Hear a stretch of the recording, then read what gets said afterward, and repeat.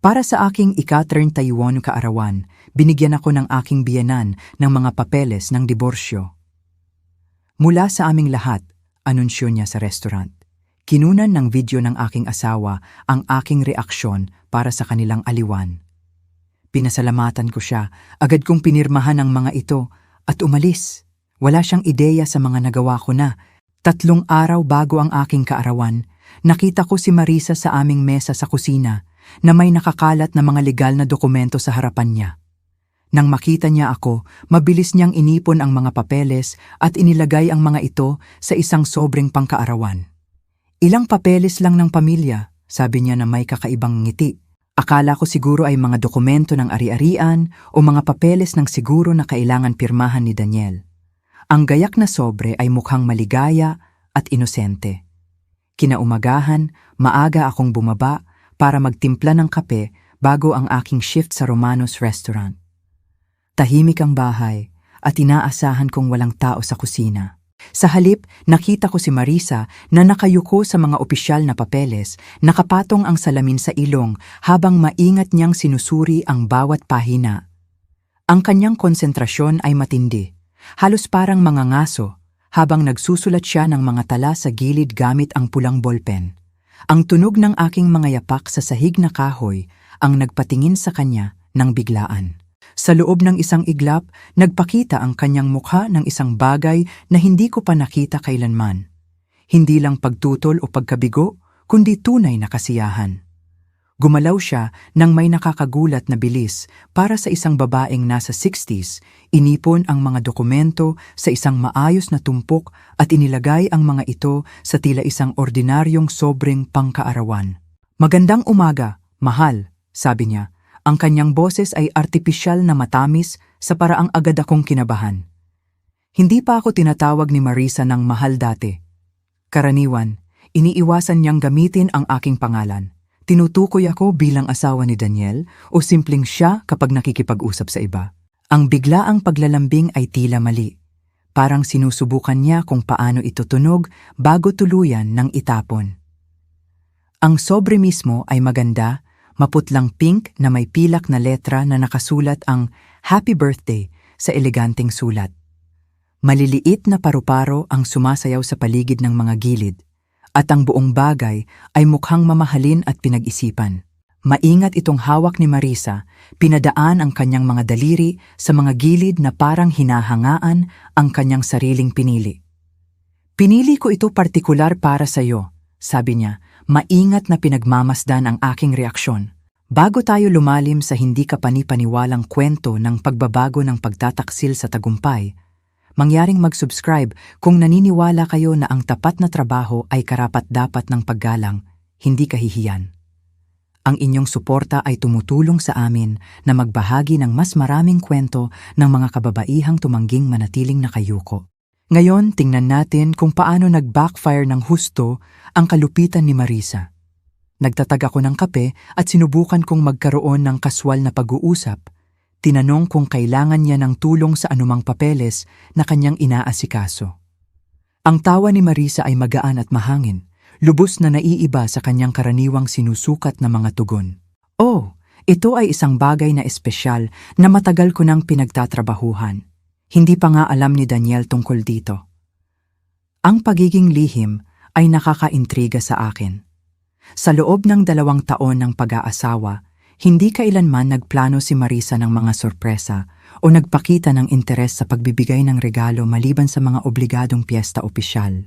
Siya ay praktikal at direkta, hindi ang tipo na gumugol ng oras sa mga detalyadong presentasyon o sentimental na kilos. Ang katotohanan na naglalagay siya ng pagsisikap sa aking kaarawan ay tila isang pag-unlad sa aming mahirap na relasyon. Ito ay isang bagay na magbabago ng lahat. Patuloy niya, maingat na inilagay ang sobre sa kanyang pitaka. Kumonsulta ako sa mga profesional upang matiyak na maayos ang lahat. Karapat-dapat ka ng isang makabuluhang bagay pagkatapos ng lahat ng oras na ito. Pinuno ng kanyang mga salita ang aking puso ng di inaasahang pag-asa. Siguro, sa wakas ay kinilala ni Marisa ang aking mga pagsisikap na maging bahagi ng kanilang pamilya Marahil ay napansin niya kung gaano ako kasikap na maghanap ng mas disenteng trabaho. O marahil ay nakita niya kung gaano ko kamahal si Daniel sa kabila ng kanilang patuloy na pagpuna. Ang ideya na maaaring may pinaplano siyang espesyal para sa aking ika-31 kaarawan ay nagparamdam sa akin ng gaan na hindi ko naramdaman sa loob ng maraming buwan. Lumabas si Daniel sa kusina makalipas ang ilang sandali, nakabihis na para sa trabaho. Hinalikan niya ang aking pisngi at kinuha ang kanyang travel mug, ngunit napansin kong nagkatinginan sila ng kanyang ina na may malalim na kahulugan. Nagkaroon sila ng isang uri ng tahimik na komunikasyon na lubos na nagbukod sa akin. Nang tanungin ko kung maayos ang lahat, ngumiti lang si Daniel at sinabing may pinaplano silang espesyal para sa aking kaarawan. Sa natitirang bahagi ng linggong iyon, lalong naging kakaiba at kaaya-aya ang pag-uugali ni Marisa. 2 beses niya akong tinawagan upang tanungin ang aking schedule, tinitiyak na magiging available ako para sa hapunan sa aking kaarawan. Iminungkahi pa niya na magdiwang kami sa Romanos Restaurant na lubos na ikinagulat ko. Hindi kailanman nagpakita si Marisa ng interes sa pagbisita sa aking pinagtatrabahuhan. Palaging gumagawa ng mga dahilan kapag iminungkahi ni Daniel na kumain kami doon bilang pamilya. Sa palagay ko, magiging makabuluhan na magdiwang kung saan ka nagtatrabaho. Paliwanag niya sa isang tawag sa telepono. Mahalaga na kilalanin natin ang lahat ng aspeto ng iyong buhay. Ang mga salita ay tunog na mapagmalasakit, ngunit may isang bagay sa kanyang tono na nagparamdam sa akin ng hindi komportable. Hindi nagsasalita si Marisa ng sentimental na wika o nagpapahayag ng interes sa pagkilala sa aking buhay. Ang kanyang biglaang pagbabago ay tila sinadya sa halip na tunay. Si Emma, ang kapatid ni Daniel, ay nagsimula ring magpakita ng kakaibang kilos.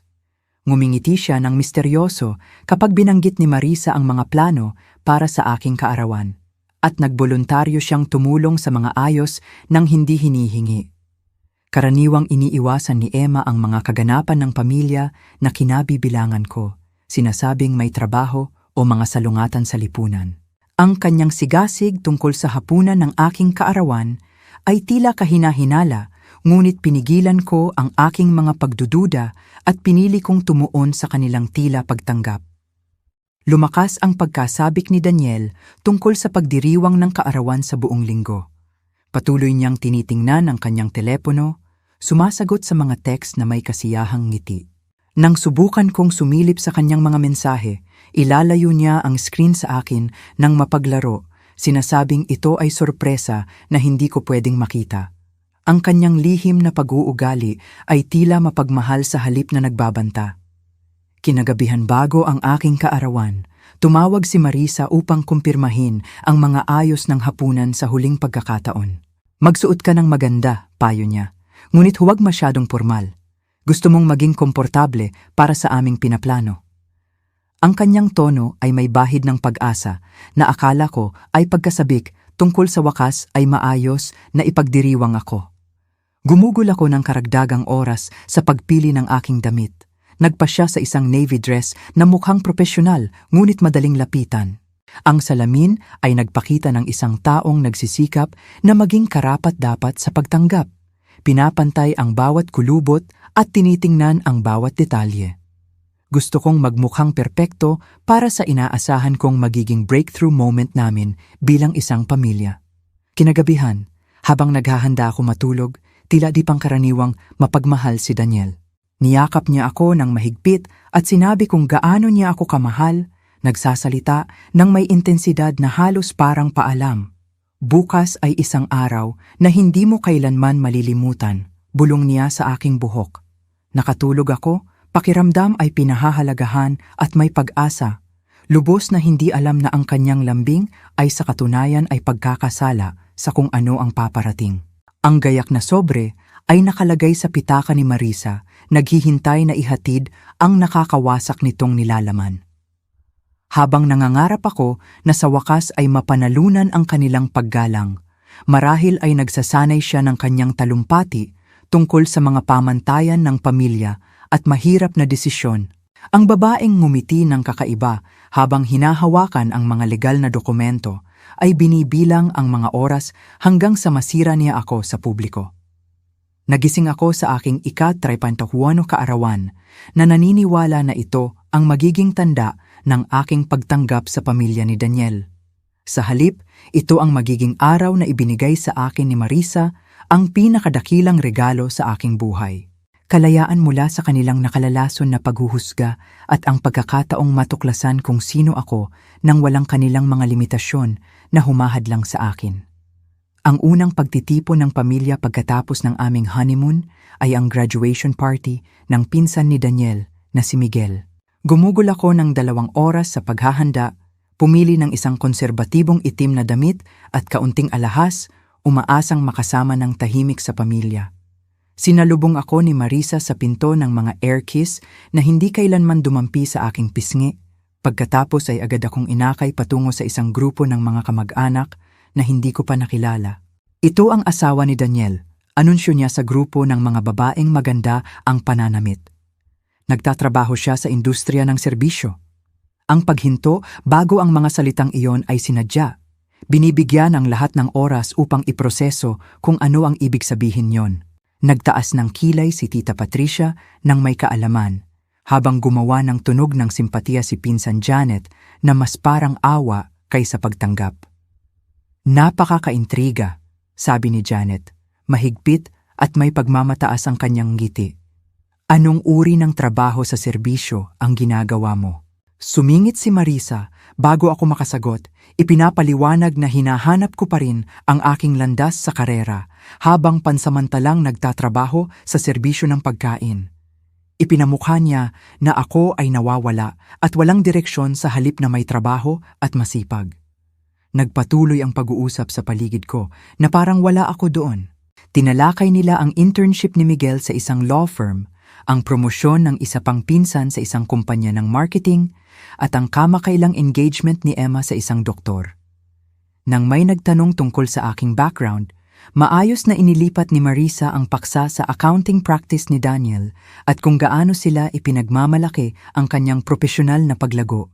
Nagpaalam ako upang gumamit ng banyo, kailangan ng sandali upang makahinga malayo sa kanilang nakakabiglang pagtutol.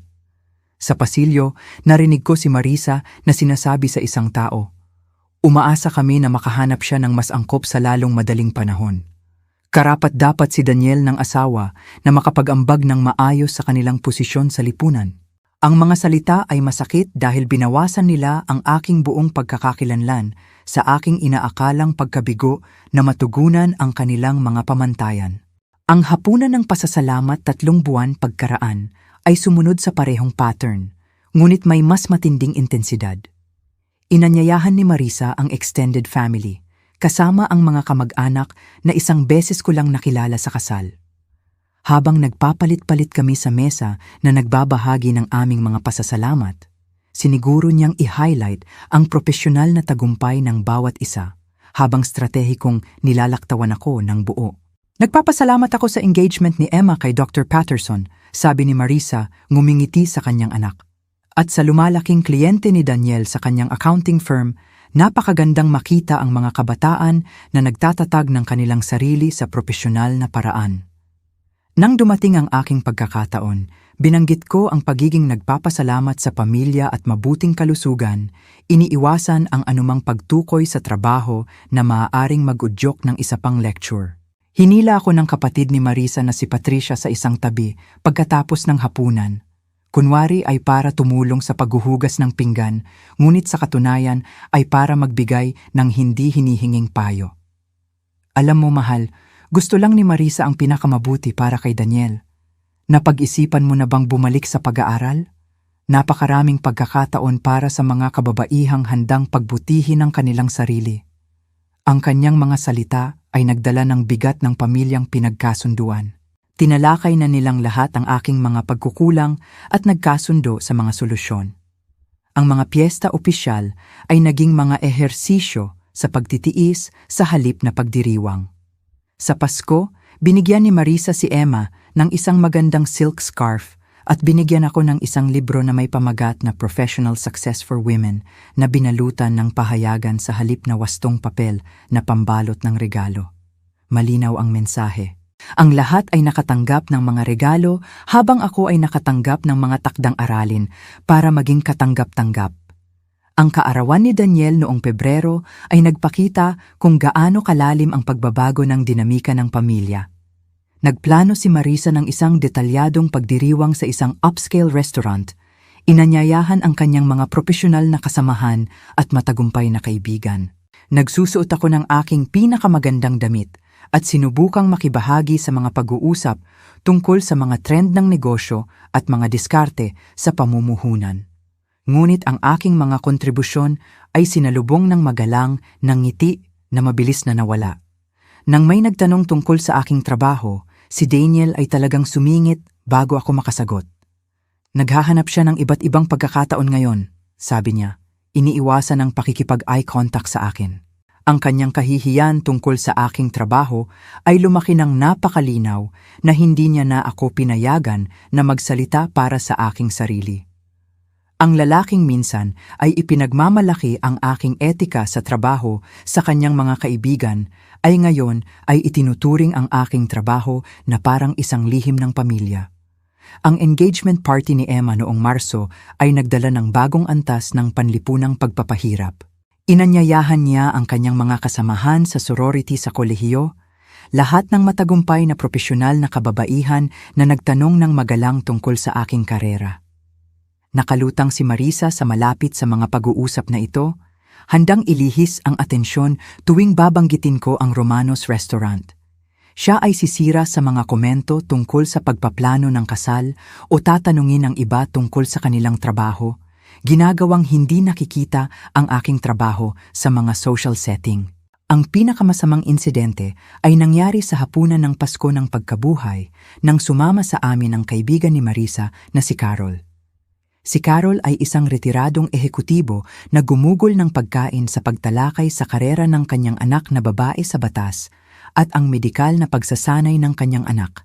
Nang tanungin niya ang aking background, talagang sinira ni Marisa ang aking tugon upang ipaliwanag na ako ay sa pagitan ng mga pagkakataon at isinasaalang-alang ang iba't ibang mga opsyon para sa propesyonal na paglago. Nagpaalam ako upang gumamit ng powder room at umiyak ng tahimik sa mga tisyu, pakiramdam ay lubos na nabura mula sa aking sariling kwento ng buhay. Binabago ni Marisa ang aking pagkakakilanlan upang maging akma sa kanyang naratibo. Ginagawang pansamantalang pagkalito ang matatag na trabaho at ang tapat na trabaho ay isang bagay na kahiya-hiya na nangangailangan ng paliwanag o paumanhin. Ang pattern ng mga pagtitipon ng pamilya ay naging predictable at masakit. Ipoposisyon ako ni Marisa malapit sa mga taong natural na magtatanong tungkol sa aking trabaho.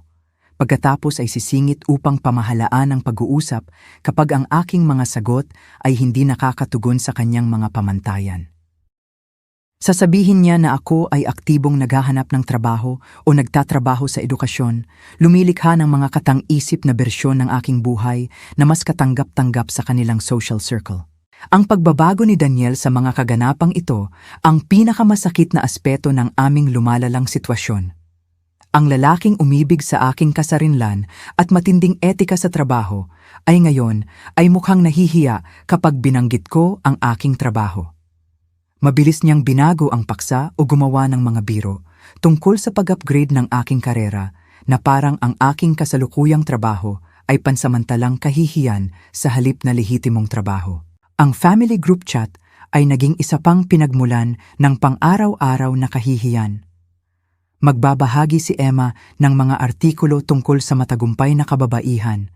Palaging sinasamahan ng mga komento tungkol sa inspirasyon at layunin.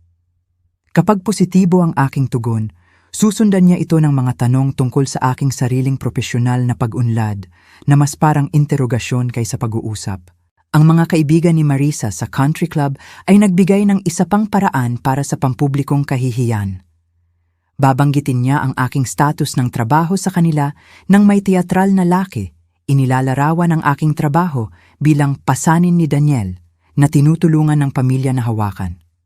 Kapag nakasalamuha ako ng mga babaeng ito sa mga social event, ang kanilang mga naaawang ekspresyon at labis na naghihikayat na komento tungkol sa paghahanap ng aking landas ay nagpaliwanag na inilarawan ako ni Marisa bilang isang proyekto sa halip na isang tao. Ang patuloy na pagpuna ay nagsimulang makaapekto kung paano ko nakikita ang aking sarili sa mga salamin at litrato. Ang mga komento ni Marisa tungkol sa aking hitsura ay nagparamdam sa akin na mag-alinlangan sa bawat pagpili ng damit at desisyon sa makeup. Nagsimula akong mamili ng mga damit na hindi ko kayang bilhin, sinusubukang magmukhang propesyonal na kababaihan na malinaw na mas gusto niya. Lumaki ang balanse ng aking credit card habang lumiliit ang aking kumpiyansa sa sarili.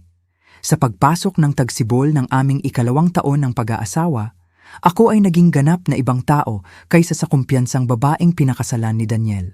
Ang sistematikong kampanya ng pagtutol ni Marisa ay nagtagumpay sa pagpaparamdam sa akin na magtanong sa aking halaga, aking mga pagpipilian, at aking lugar sa buhay ni Daniel. Bawat interaksyon ng pamilya ay nagpapatibay sa kanilang mensahe na ako ay pansamantalang kahihiyan sa halip na permanenteng miyembro ng pamilya. Dumating ang breaking point sa isang tawag sa telepono na hindi ko dapat narinig. Nagsasalita si Marisa sa kanyang kaibigan na si Helen tungkol sa kasal ni Daniel, at ang kanyang mga salita ay tumago sa akin ng may surgical precision. Patuloy akong nagdarasal na bumalik siya sa kanyang katinuan bago pa huli ang lahat. Napakabait niyang bata at karapat-dapat siya ng isang taong makakapagpabuti sa kanyang buhay sa halip na pigilan siya. Nakatayo sa aking sariling pasilyo, nakikinig sa aking biyenan na nagdarasal para sa pagkasira ng aking kasal.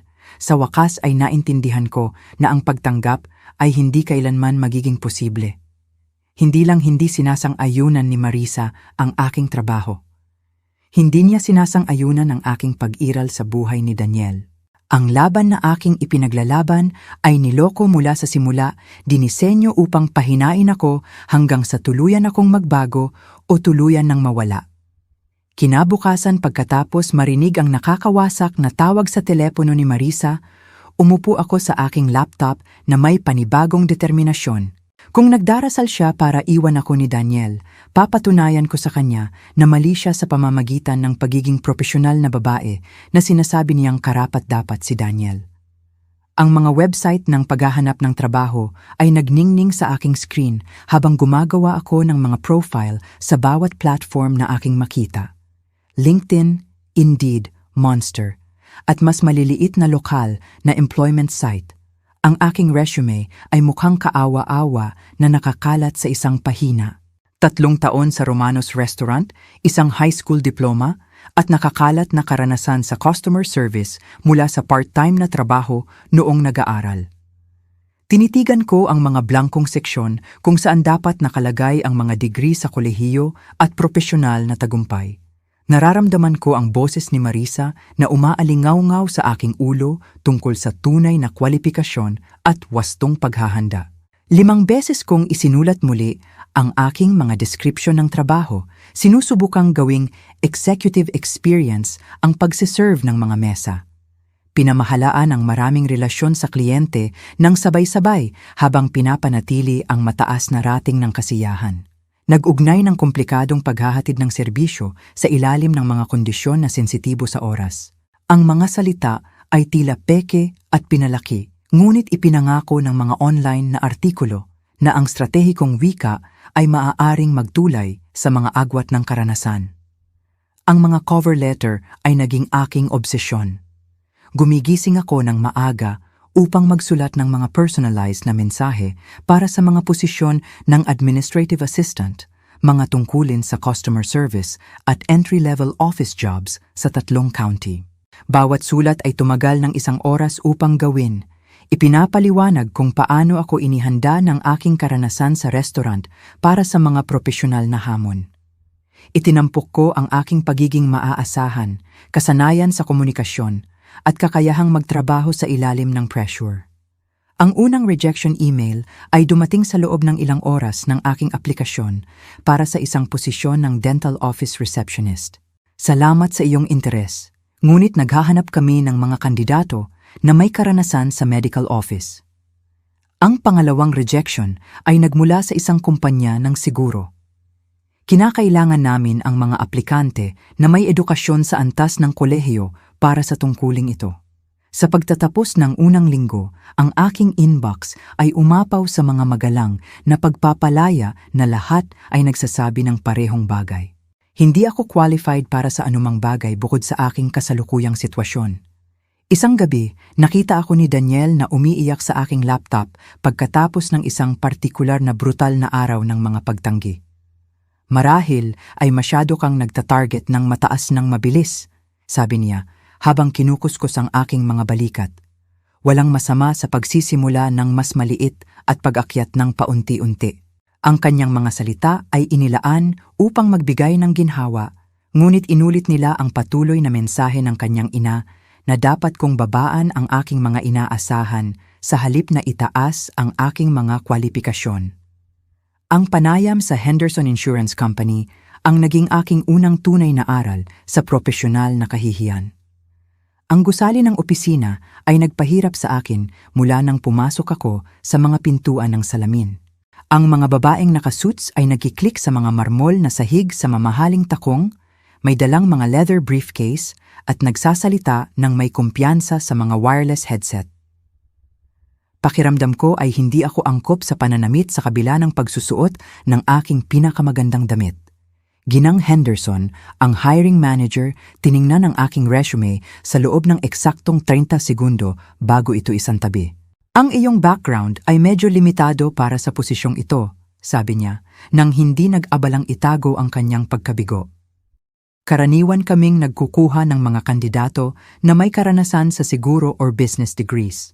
Ano ang nagpakaisip sa'yo na magiging qualified ka para sa account management? Ang aking maingat na inihandang mga sagot tungkol sa transferable skills at pagkasabik na matuto ay nawala ng saysay sa malinis na conference room na iyon. Talagang tiningnan ni Ginang Henderson ang kanyang relo habang nagsasalita ako. Pinapalinaw na nasasayang ang aking oras, pati na rin ang kanya. Marahil ay dapat mong isaalang-alang ang mga posisyon na mas akma sa iyong kasalukuyang hanay ng kasanayan. Mungkahi niya, tinapos ang panayam 15 na minuto ng mas maaga. Ang pagmamaneho pauwi mula sa sakuna na iyon ang pinakamahabang 20 minuto ng aking buhay.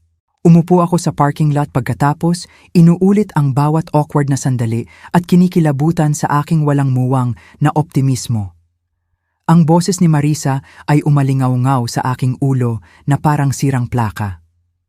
Ang ilang tao ay hindi lang talaga para sa propesyonal na kapaligiran.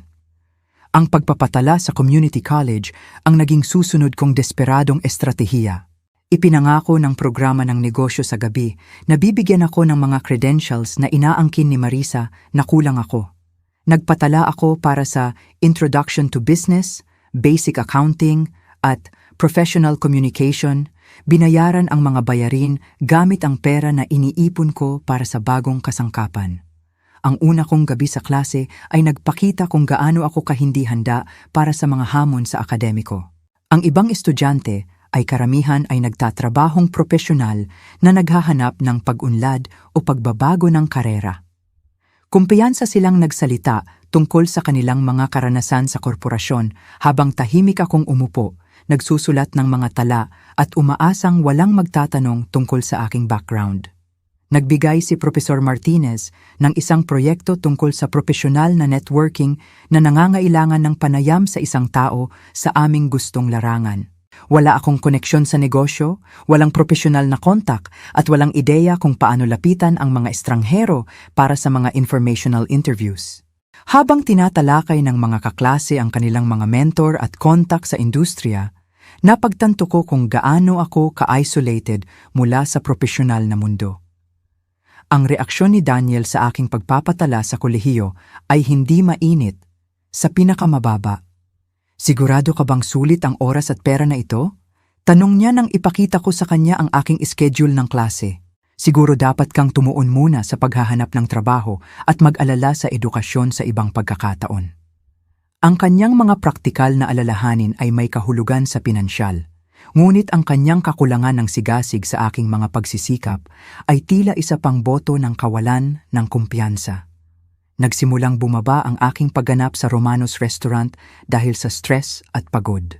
Ang gabi-gabing pag-aaral ay nagparamdam sa akin ng pagod sa mga abalang shift at ang patuloy na pagtanggi mula sa mga aplikasyon ng trabaho ay nagpababa sa aking masiglang enerhiya na pinahahalagahan ng mga customer. Nahuli ko ang aking sarili na nawawala ang isip habang kumukuha ng mga order, nalilibang sa paghahanda para sa panayam o mga takdang aralin. Agad napansin ni Mang Romano ang pagbabago. Tila malungkot ka nitong mga nakaraang araw, sabi niya sa isang tahimik na shift sa hapon. Ayos ba ang lahat sa bahay? Ang kanyang tunay na pag-aalala ay nagpagnanais sa akin na ikumpisal ang lahat. Ngunit paano ko ipapaliwanag na sistematikong sinisira ng pamilya ng aking asawa ang aking kumpiyansa? Sa halip, sinisi ko ang pangkalahatang stress at nangakong gagaling. Si Maria, ang head cook, ay naging aking informal na therapist sa panahon ng break sa trabaho. Napansin niya ang aking mga pulang mata pagkatapos ng partikular na mahirap na gabi ng paghahanap ng trabaho at tahimik na bibigyan ako ng karagdagang kape o isang plato ng pagkain na hindi ko in-order. Mabuti ang edukasyon, sabi niya isang araw, ngunit huwag mong hayaang ikahiya ka ng sinuman sa tapat na trabaho. Ang pinansyal na pressure ng aking kampanya sa pagpapabuti ay lumikha ng mga bagong problema sa bahay. Mga damit pang interview, pera para sa gas sa pagmamaneho sa iba't ibang lungsod, mga aklat aralin at mga bayarin sa matrikula ang nagpahirap sa aming mahigpit na budget. Nagsimulang tanungin ni Daniel ang bawat pagbili. Tinatanong kung talagang kinakailangan ang mga bagong profesional na damit kung hindi naman ako na-hire. Marahil ay dapat nating ihinto muna ito. Mungkahin niya matapos suriin ang aming mga statement ng credit card. Mas marami kang ginagasta sa paghahanap ng trabaho kaysa sa kikitain mo sa unang ilang buwan. Ang kanyang praktikal na obserbasyon ay tila pagtalikod ng labis akong nangangailangan ng kanyang suporta para sa matinding laban na ito. Ang library ng community college ang naging aking kanlungan mula sa pagpuna ng pamilya at pinansyal na stress. Umupo ako sa tahimik na sulok na napapalibutan ng mga aklat-aralin sa negosyo at mga gabay sa pagpapaunlad ng karera, sinusubukang isalo ang kaalaman na maaaring magpagaling sa akin sa propesyonal na pagsasaalang-alang. Ang ibang estudyante ay magbubuo ng mga study group, ngunit ako ay nanatiling isolated, masyadong nahihiya sa aking background upang maghanap ng mga akademikong pakikipagtulungan. Napakagaling ng aking mga grado, pinapatunayan na mayroon akong talino na inaangkin ni Marisa na kulang ako. Pinuri ni Professor Martinez ang aking mga nakasulat na gawain at hiniling sa akin na ibahagi ang aking mga pananaw sa customer service sa klase. Sa loob ng 3 oras bawat linggo, naramdaman kong pinahahalagahan at may kakayahan. Ngunit ang mga damdaming iyon ay nawala sa sandaling umuwi ako upang harapin ang pagtutol ng pamilya. Ang semestre ng Tagsibol ay nagdala ng Advanced Business Communication at ang aking unang presentasyon. Nakatayo sa harap ng klase, ipinapaliwanag ang mga prinsipyo ng Customer Relationship Management na natutunan ko sa trabaho sa restaurant.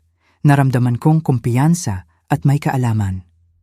Ang aking mga kaklase ay nagtanong ng mga mahusay na tanong at tila tunay na interesado sa aking praktikal na karanasan. Ang kumpiyansa na iyon ay tumagal hanggang sa ibinahagi ko ang aking tagumpay sa akademiko kay Daniel sa hapunan. Magaling iyan, sabi niya nang walang pag-iisip habang nag-i-scroll sa kanyang telepono. Marahil ay mapapahanga si Marisa kapag natapos mo ang programa. Binawasan ng kanyang tugon ang aking tagumpay sa bala sa patuloy na digmaan para sa pag-apruba ng kanyang ina sa halip na kilalanin ang aking personal na paglago. Natapos ang semestre na may magagandang grado at panibagong pag-asa, ngunit ang mga aplikasyon ng trabaho ay patuloy na nagbigay ng parehong pagtanggi. Hindi sapat ang karanasan. Naghahanap ng mga kandidato na may degree completion. Ang posisyon ay nangangailangan ng corporate background. Bawat email ay nagpapatibay sa mensahe na ang edukasyon lamang ay hindi makakatulong sa pagitan ng aking kasalukuyang realidad at ng kanilang mga inaasahan. Ang reaksyon ni Marisa sa aking pag-unlad sa akademiko ay predictably dismissive. Magandang simula ang community college, sabi niya nang banggitin ni Daniel ang aking mga grado. Bagamat ang tunay na pag-unlad sa karera ay karaniwang nangangailangan ng wastong edukasyon sa unibersidad. Kahit ang aking tagumpay ay naging ebidensya ng aking patuloy na kakulangan sa kanyang walang humpay na kampanya upang patunayan na hindi ako sapat para sa kanyang anak, dumating ang tag-araw na buo pa rin ang aking determinasyon. Sa kabila ng mga dismissive na komento ni Marisa tungkol sa community college, gumawa ako ng mga spreadsheet upang subaybayan ang aking mga aplikasyon ng trabaho. Kulay coding ang mga ito ayon sa status at follow-up dates. Green para sa naisumite, dilaw para sa naghihintay na mga tugon, pula para sa mga pagtanggi. Sa loob ng 3 linggo, ang aking screen ay napuno ng pulang selula, ang bawat isa ay kumakatawan sa isa pang pinto na sumara. Ang pagtanggi mula sa Pinnacle Marketing ay may partikular na tindi. Nagmaneho ako ng 45 minuto para sa isang panayam sa kanilang Human Resources Director. Suot ang isang blazer na binili ko partikular para sa okasyon. Sinulyapan ng babae ang aking resume, nagtanong ng 2 tanong tungkol sa aking karanasan sa restaurant, pagkatapos ay ginugol ang natitirang 10 minuto sa pagpapaliwanag kung bakit kailangan nila ng isang tao na may tradisyonal na background sa negosyo. Ang iyong mga kasanayan sa customer service ay kapuri-puri, sabi niya ng may sanay na paggalang. Ngunit ang posisyong ito ay nangangailangan ng strategic thinking at analytical capabilities na nagmumula sa corporate experience. Para na rin siyang sinabi sa akin na hindi marunong mag-isip ng maayos ang mga waitress. Pinasalamatan ko siya sa kanyang oras at bumalik sa aking kotse, pakiramdam ay mas maliit kaysa nang dumating ako. Ang folder ng mga rejection letter ay lumaki ng sapat upang kailanganin ng rubber band. Ang bawat form ng tugon ay bahagyang naiiba, ngunit nagdala ng parehong mensahe. Hindi sapat ang kwalifikasyon, kakulangan ng kaugnay na karanasan, hindi angkop para sa kanilang organisasyon. Nagsimula akong kilalanin ang mga parirala na nangangahulugang hindi bago basahin ang buong email. Habang ang iyong background ay kawili-wili, nangangahulugang pagtanggi. Nagpasya kaming ituloy ang ibang mga kandidato, nangangahulugang pagkabigo. Ang ilang kumpanya ay hindi kailanman sumagot.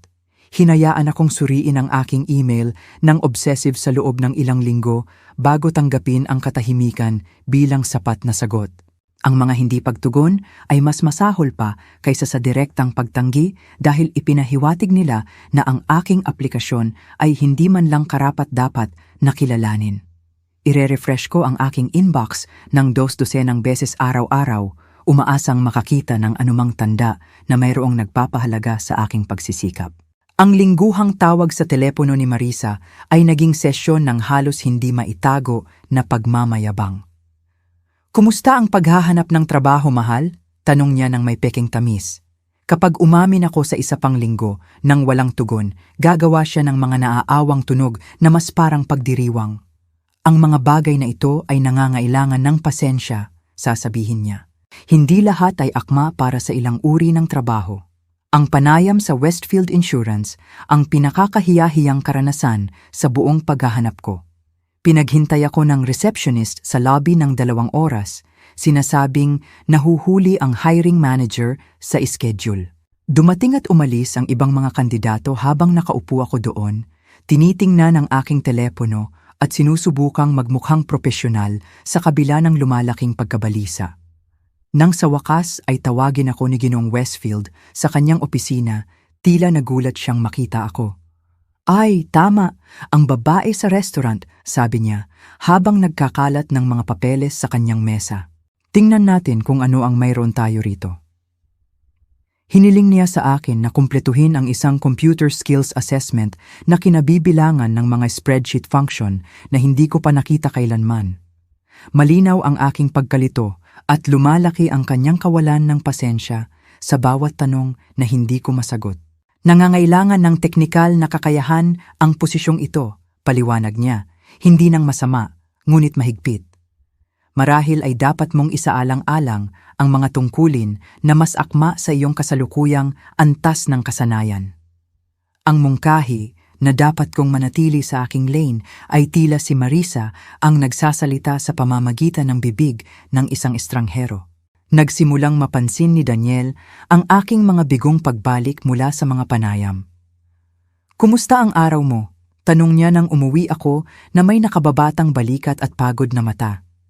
Nagsimula akong i-edit ang aking mga kwento, tinatanggal ang mga pinakakahiyahiyang detalye upang mapanatili ang natitira sa kanyang paggalang sa akin. Nang tawanan ng hiring manager sa Thompson Real Estate ang aking inaasahang sahod, sinabi ko kay Daniel na maayos ang panayam. Ang campus ng community college ang naging aking kanlungan sa mga klase sa gabi. Trinato ako ni Profesor Martinez nang may paggalang na ipinagkait ng mga employer. Pinupuri ang aking mga nakasulat na gawain at hinihikayat ang aking partisipasyon sa mga diskusyon.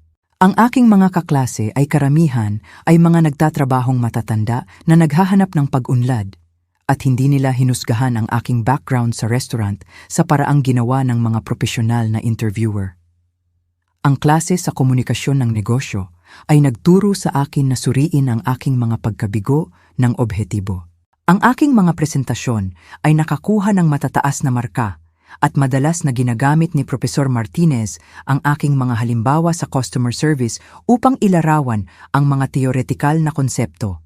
Ang iyong praktikal na karanasan ay nagbibigay ng mahalagang pananaw, sasabihin niya sa klase, na nagparamdam sa akin na may kaalaman sa halip na hindi sapat sa unang pagkakataon sa loob ng maraming buwan. Ngunit ang tagumpay sa akademiko ay hindi nagdulot ng mga pagkakataon sa trabaho. Ang pagtanggi mula sa Coastal Bank ay dumating sa parehong linggo na nakatanggap ako ng A sa aking midterm exam. Habang ang iyong mga pagsisikap sa edukasyon ay kapuri-puri, kinakailangan namin ang mga kandidato na may karanasan sa banking para sa entry-level na posisyong ito. Ang ironiya ay nakakawasak kahit ang mga entry-level na trabaho ay nangangailangan ng karanasan na hindi ko makukuha nang hindi muna na-hire. Ang Romanos Restaurant ang nagbigay ng tanging katatagan sa aking lalong magulong mundo. Napansin ni Mang Romano ang aking pagkaabala sa mga abalang shift at hinila ako sa isang tabi sa isang tahimik na hapon ng Martes. "Iba ka nitong mga nakaraang araw?" Napansin niya ang tunay na pag-aalala sa kanyang mukha. "Ayos ba ang lahat sa bahay?" Hindi ko maipaliwanag na sistematikong sinisira ng pamilya ng aking asawa ang aking pagpapahalaga sa sarili. Sa halip, sinisi ko ang pangkalahatang stress at tiniyak sa kanya na maayos ako. Hindi kumbinsido si Mang Romano, ngunit iginagalang niya ang aking privacy habang tahimik na binibigyan ako ng mas madaling seksyon at karagdagang oras ng pahinga kapag mukha akong partikular na pagod. Si Maria, ang aming head cook, ang naging aking di inaasahang pinagmulan ng emosyonal na suporta. Nagtatrabaho siya sa Romanos sa loob ng 15 taon, nagsuporta ng 3 anak bilang isang single mother, at nakilala niya ang pakikibaka kapag nakita niya ito. Sa panahon ng mabagal na panahon, magbabahagi siya ng mga kwento tungkol sa kanyang sariling mga hamon sa paghahangad ng edukasyon habang nagtatrabaho ng full-time. "Sinusubukan nilang ipaisip sa iyo na hindi ka sapat," sabi ni Maria isang gabi habang naglilinis kami pagkatapos ng isang abalang hapunan. "Ngunit tingnan mo sa paligid dito. Pinapamahalaan mo ang 6 na mesa sa rush hour, naaalala ang bawat order, at pinapanatili ang mga customer na masaya kahit na mahirap sila. Kailangan iyon ng talino at kasanayan na hindi nila itinuturo sa mga mamahaling paaralan." Si Tony, ang pinakabatang miyembro ng aming staff, ay nagbigay ng paghihikayat ng may sigasig ng isang taong hindi pa nakakaranas ng sistematikong pagtanggi. "Ikaw ang pinakamatalinong tao dito," sasabihin niya sa akin kapag mukha akong partikular na bigo. Hindi alam ng mga kumpanyang iyon kung ano ang kanilang nawawala. Ang kanyang pananampalataya sa akin ay tila mahalaga dahil ito ay dumating ng walang kondisyon o inaasahan. Ang pinansyal na hirap ng aking paghahanap ng trabaho ay nagsimulang makaapekto sa bawat aspeto ng aming kasal. Ang mga damit pang interview, perang panggastos sa gas para sa pagmamaneho sa malalayong lungsod, mga bayarin sa paradahan, at mga bayarin sa matrikula ang umubos sa aming savings account. Pinagmasdan ni Daniel ang pagliit ng aming balanse nang may lumalaking pag-aalala, tinatanong kung ang pamumuhunan na ito sa aking kinabukasan ay sustainable. Marahil ay dapat kang magpahinga muna sa mga aplikasyon, mungkahi niya matapos suriin ang aming buwanang gastos. Tumutok ka muna sa pag-aaral at mag-alala sa mga pagbabago sa karera pagkatapos mong magtapos. Ang kanyang mungkahi ay may praktikal na kahulugan, ngunit ito ay tila pagsuko sa timeline ni Marisa sa halip na determinasyon na patunayan na mali siya. Hindi na ako makatulog dahil sa pagkabalisa sa pagtanggi. Nakahiga akong gising, inuulit ang mga pagkakamali sa panayam, iniisip kung ano ang masasabi ko ng iba, iniisip kung paano pinahangan ng ibang kandidato ang mga employer na nakita akong kulang. Ang dilim ay nagpalakas ng bawat kawalan ng seguridad na itinanim ni Marisa sa aking isip tungkol sa aking halaga at potensyal. Nawala ang aking gana sa pagkain kasama ng aking kumpiyansa. Ang pagkain ay naging gasolina sa halip na kasiyahan at nabawasan ang aking timbang nang hindi sinusubukan. Napansin ito ni Marisa sa aming buwanang hapunan ng pamilya, nagkomento na mukha akong namayat at pagod nitong mga nakaraang araw nang may peking pag-aalala na mas parang kasiyahan. Kahit ang aking pisikal na anyo ay naging ebidensya ng aking pagkabigo na hawakan ng maayos ang mga propesyonal na hamon. Ang tumpok ng mga rejection letter ay lumaki ng sapat upang kailanganin kong ilipat ang mga ito sa isang mas malaking folder. Ang bawat tugon ay kumakatawan sa mga oras ng paghahanda, pag-asa at kalaunan ay pagkabigo. Ang ilang employer ay naging mabait sa kanilang pagtanggi. Ang iba ay brutal na tapat tungkol sa aking kakulangan, ngunit ang resulta ay palaging pareho. Hindi ako sapat para sa propesyonal na mundo na kinabibilangan ng pamilya ni Daniel. Pagsapit ng Taglagas, nag-apply ako sa 47 iba't ibang posisyon sa 4 na county. Naging routine na ang mga pagtanggi, ngunit masakit pa rin ito sa bawat pagkakataon. Tila nagpapatunay na tama ang hula ni Marisa tungkol sa aking mga limitasyon, at tila determinado ang propesyonal na mundo na panatilihin ako sa kung nasaan ako. Nagsiserve ng mga mesa habang nangangarap ng pagtanggap na hindi ko kailanman makakamit. Lunes ng hapon, nakita ko ang aking sarili sa mesa sa kusina, napapaligiran ng mga labi ng isa pang bigong linggo. 27 na pagtanggi, ang pinakabagong dismissive na komento ni Marisa tungkol sa community college at ang lumalaking kawalan ng pasensya ni Daniel sa aming lumalaking gastos ang nagpaitanong sa akin sa lahat ng aking ipinaglalaban. Ang basket ng labada ay nakatabi sa akin na puno ng mga damit na kumakatawan sa aking lumiliit na mundo, mga uniforme sa trabaho, mga damit pang interview na hindi nagdala ng tagumpay, at casual wear para sa pananatili sa bahay sa pagitan ng mga pagkabigo. Nagbuzz ang aking telepono na may hindi kilalang numero habang nililigpit ko ang mga kamiseta ni Daniel. Ang mga tawag ng telemarketer ay naging napakadalas na karaniwan kong binabaliwala ang mga hindi pamilyar na numero. Ngunit may isang bagay na nagtulak sa akin na sagutin. Siguro umaasa ako sa isang himala. O marahil ay pagod na ako sa pakiramdam na disconnected mula sa mundo na patuloy na tumatanggi sa akin. Hello? Ito ba si Jennifer? Ang boses ng babae ay propesyonal, ngunit mainit na walang anuman sa nagmamadaling kahusayan na inaasahan ko mula sa mga tawag sa negosyo. Binanggit niya ang aking pangalan na parang mahalaga, may maingat na pagbigkas at tunay na interes. Ito si Jessica Martinez mula sa Human Resources Department ng Grand Plaza Hotel. Umaasa akong hindi ako tumatawag sa masamang oras. Lubos na tumigil ang aking puso. Grand Plaza Hotel. Naalala ko ang pagsumite ng aplikasyong iyon sa isang partikular na desperadong gabi noong Pebrero, 6 na buwan na ang nakakaraan nang ang mga liham ng pagtanggi sa taglamig ay nagpapatong ng mas mabilis kaysa sa niebe. Ang aplikasyon ay isa sa 2 dosenang naipadala ko sa linggong iyon. Itinapon sa kawalan ng mga online job board na may kaunting pag-asa sa tugon. Natanggap namin ang iyong aplikasyon para sa aming Guest Services Coordinator position, Jennifer, patuloy ni Jessica. At iniisip ko kung interesado ka pa ring pag-usapan ang mga pagkakataon sa aming koponan. Ang kanyang mga salita ay tila imposible pagkatapos ng buwan ng katahimikan mula sa mga potensyal na employer. Mayroong isang taong tumatawag sa akin tungkol sa isang trabaho. Tinatrato ang aking aplikasyon na parang may halaga sa halip na direktang ilagay ito sa mga folder ng pagtanggi. Inilapag ko ang kamiseta na aking nililigpit. Bahagyang nanginginig ang aking mga kamay habang humahawak ako ng ballpen at papel.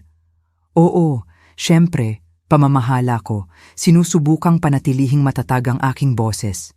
Interesado akong matuto pa tungkol sa posisyon. Ang tawa ni Jessica ay tunay at naghihikayat. Hindi tulad ng magalang na pagtatanggi na nasanay akong marinig mula sa mga hiring manager. Napakaganda. Kailangan kong sabihin sa iyo, talagang nakuha ng iyong karanasan sa restaurant ang aming atensyon. Nalaman namin na ang mga kandidato na may iyong background ay madalas na nagtatagumpay sa hospitality dahil nauunawaan mo ang serbisyo sa customer mula sa simula. Ang kanyang mga salita ay revolusyonaryo. Mayroong isang taong pumupuri sa aking karanasan sa pagwe-waitress sa halip na humihingi ng paumanhin para dito o nagmumungkahi na lampasan ko ito. Ipinaliwanag ni Jessica na ang Grand Plaza Hotel ay dalubhasa sa paglikha ng pambihirang karanasan ng mga bisita at pinahahalagahan nila ang mga empleyado na nauunawaan ang kahusayan sa serbisyo sa pamamagitan ng praktikal na aplikasyon sa halip na teoretikal na pagsasanay. Ang aking mga taon sa Romanos Restaurant ay hindi isang pananagutan na dapat lampasan. Ang mga ito ay mga kredensyal na nagkwalipika sa akin para sa pag-unlad. Nag-aalok kami ng komprehensibong programa sa pagsasanay para sa pagpapaunlad ng karera. Patuloy niya, kasama ang mga pagkakataon sa management track para sa mga empleyado na nagpapakita ng potensyal sa pamumuno. Kasama sa aming pakete ng benepisyo ang health insurance, dental coverage, retirement planning at tulong sa edukasyon para sa mga kurso sa propesyonal na pag-unlad. Ang mga benepisyo na kanyang inilarawan ay lumampas sa anumang naisip kong posible. Sa Romanos, ang health insurance ay isang luho na hindi namin kayang bilhin, at ang retirement planning ay isang bagay na ginagawa ng ibang tao. Ang ideya ng isang employer na namumuhunan sa aking edukasyon sa halip na kwestiyonin ang aking mga kwalifikasyon ay tila kakaiba at kahanga-hanga. May isa pang aspeto ng posisyong ito na maaaring interesin ka, sabi ni Jessica, ang kanyang boses ay naging masigla. Kasama sa tungkulin ng pabahay sa aming residential building ng empleyado. Ito ay isang fully furnished apartment na may kasamang utilities, 5 minutong lakad lang mula sa hotel. Maraming miyembro ng aming koponan ang nakita itong maginhawa, lalo na ang mga lumilipat para sa pagkakataon. Kailangan kong umupo. Ang libreng pabahay ay nangangahulugang kalayaan mula sa patuloy na pagpuna at pinansyal na pressure ng pamilya ni Daniel. 3 oras ang layo mula sa hindi sinasang-ayunan na presensya ni Marisa ay tila isang imposibleng panaginip na iniaalok ng isang tao bilang katotohanan. Ang distansya ay nangangahulugang magsisimula ako ng bago kung saan walang nakakaalam tungkol sa aking taon ng mga pagkabigo at pagtanggi. Ang kalayaan sa pananalapi na inaalok ng trabahong ito ay magpapabago sa buong sitwasyon ng aking buhay. Naiintindihan ko na maaaring ito ay isang malaking desisyon dahil lilipat ka, sabi ni Jessica. Ngunit humanga kami sa iyong background at sa palagay namin ay magiging mahusay kang angkop sa kultura ng aming koponan. Interesado ka bang mag-schedule ng isang phone interview sa huling bahagi ng linggong ito upang talakayin ang mga detalye? Ang aking isip ay nagkaroon ng bilis sa mga posibilidad na hindi ko pa naisip kailanman. Propesyonal na paggalang, pinansyal na seguridad, pisikal na distansya mula sa toxicity ni Marisa, at isang pagkakataong patunayan ang aking halaga sa isang kapaligiran na nagpapahalaga sa aking kasalukuyang mga kasanayan.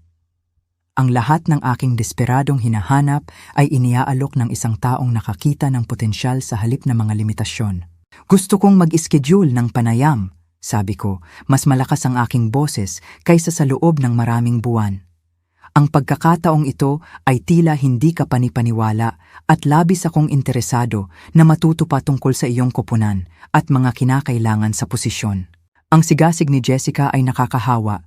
Nagparamdam sa akin na pinahahalagahan at gusto pagkatapos ng napakaraming buwan ng pagtanggi at pagpapalaya. Inischedule namin ang phone interview para sa Huwebes ng hapon.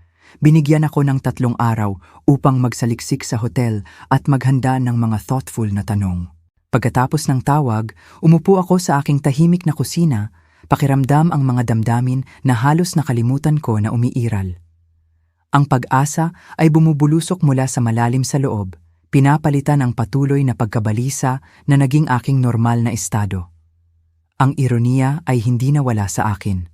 Ang sobrang pangkaarawan ni Marisa ay nakalagay sa kung saan sa bahay na ito, puno ng mga legal na dokumento na dinisenyo upang sirain ang aking lugar sa pamilyang ito. Samantala, taglay ko na ngayon ang impormasyon na magpapatunay na ang bawat negatibong bagay na sinabi niya tungkol sa aking potensyal ay ganap na mali.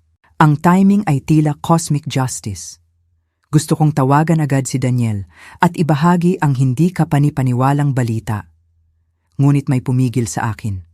Ang pagkakataong ito ay akin lamang. Natuklasan sa pamamagitan ng aking sariling pagsisikap sa kabila ng patuloy na pagpigil ng kanyang pamilya. Sa unang pagkakataon sa aming kasal, mayroon akong isang bagay na mahalaga na hindi nangangailangan ng kanilang pag-apruba o pagpapatunay. Ang alok ng trabaho ay kumakatawan sa higit pa sa trabaho. Ito ay pagpapatunay ng lahat ng aking pinaniniwalaan tungkol sa aking sariling halaga. Nakita ni Jessica Martinez ang mga katangian sa aking aplikasyon na pinalampas o pinawalang saysay ng dos-dosenang iba pang employer. Sa wakas ay mayroong nakakilala na ang aking karanasan sa restaurant ay nagpakita ng mahahalagang kasanayan sa halip na propesyonal na kakulangan. Nagpasya akong panatilihing lihim ang balita hanggang sa aking pagdiriwang ng kaarawan.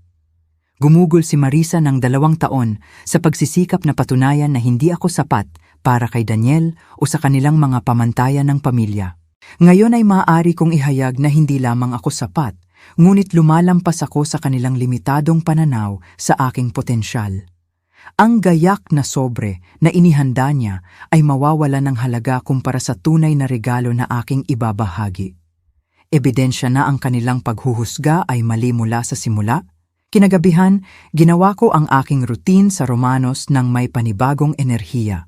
Agad napansin ng aking mga regular na customer ang pagbabago, nagkokomento sa aking masiglang ngiti at mahusay na serbisyo.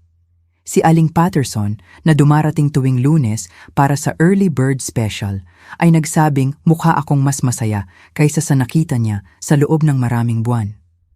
Ang lihim na kaalaman sa aking pagkakataon ay tila makapangyarihan at mahalaga. Habang inihahanda ni Marisa ang anumang sorpresa na akala niya ay makakawasak sa akin, may hawak akong impormasyon na magpapabago sa aming buong dinamika. Sa isang beses, ako ang magiging may nakakagulat na balita na ibabahagi. At sila ang magpupumilit na iproseso ang isang di inaasahang paghahayag. 3 araw ang lumipas bago ang aking pagdiriwang ng kaarawan. 3 araw para sarapinin ang kaalaman na ang lahat ay malapit ng magbago. Ang sobre ni Marisa ay maaaring naglalaman ng mga papeles ng pamilya tulad ng kanyang inaangkin.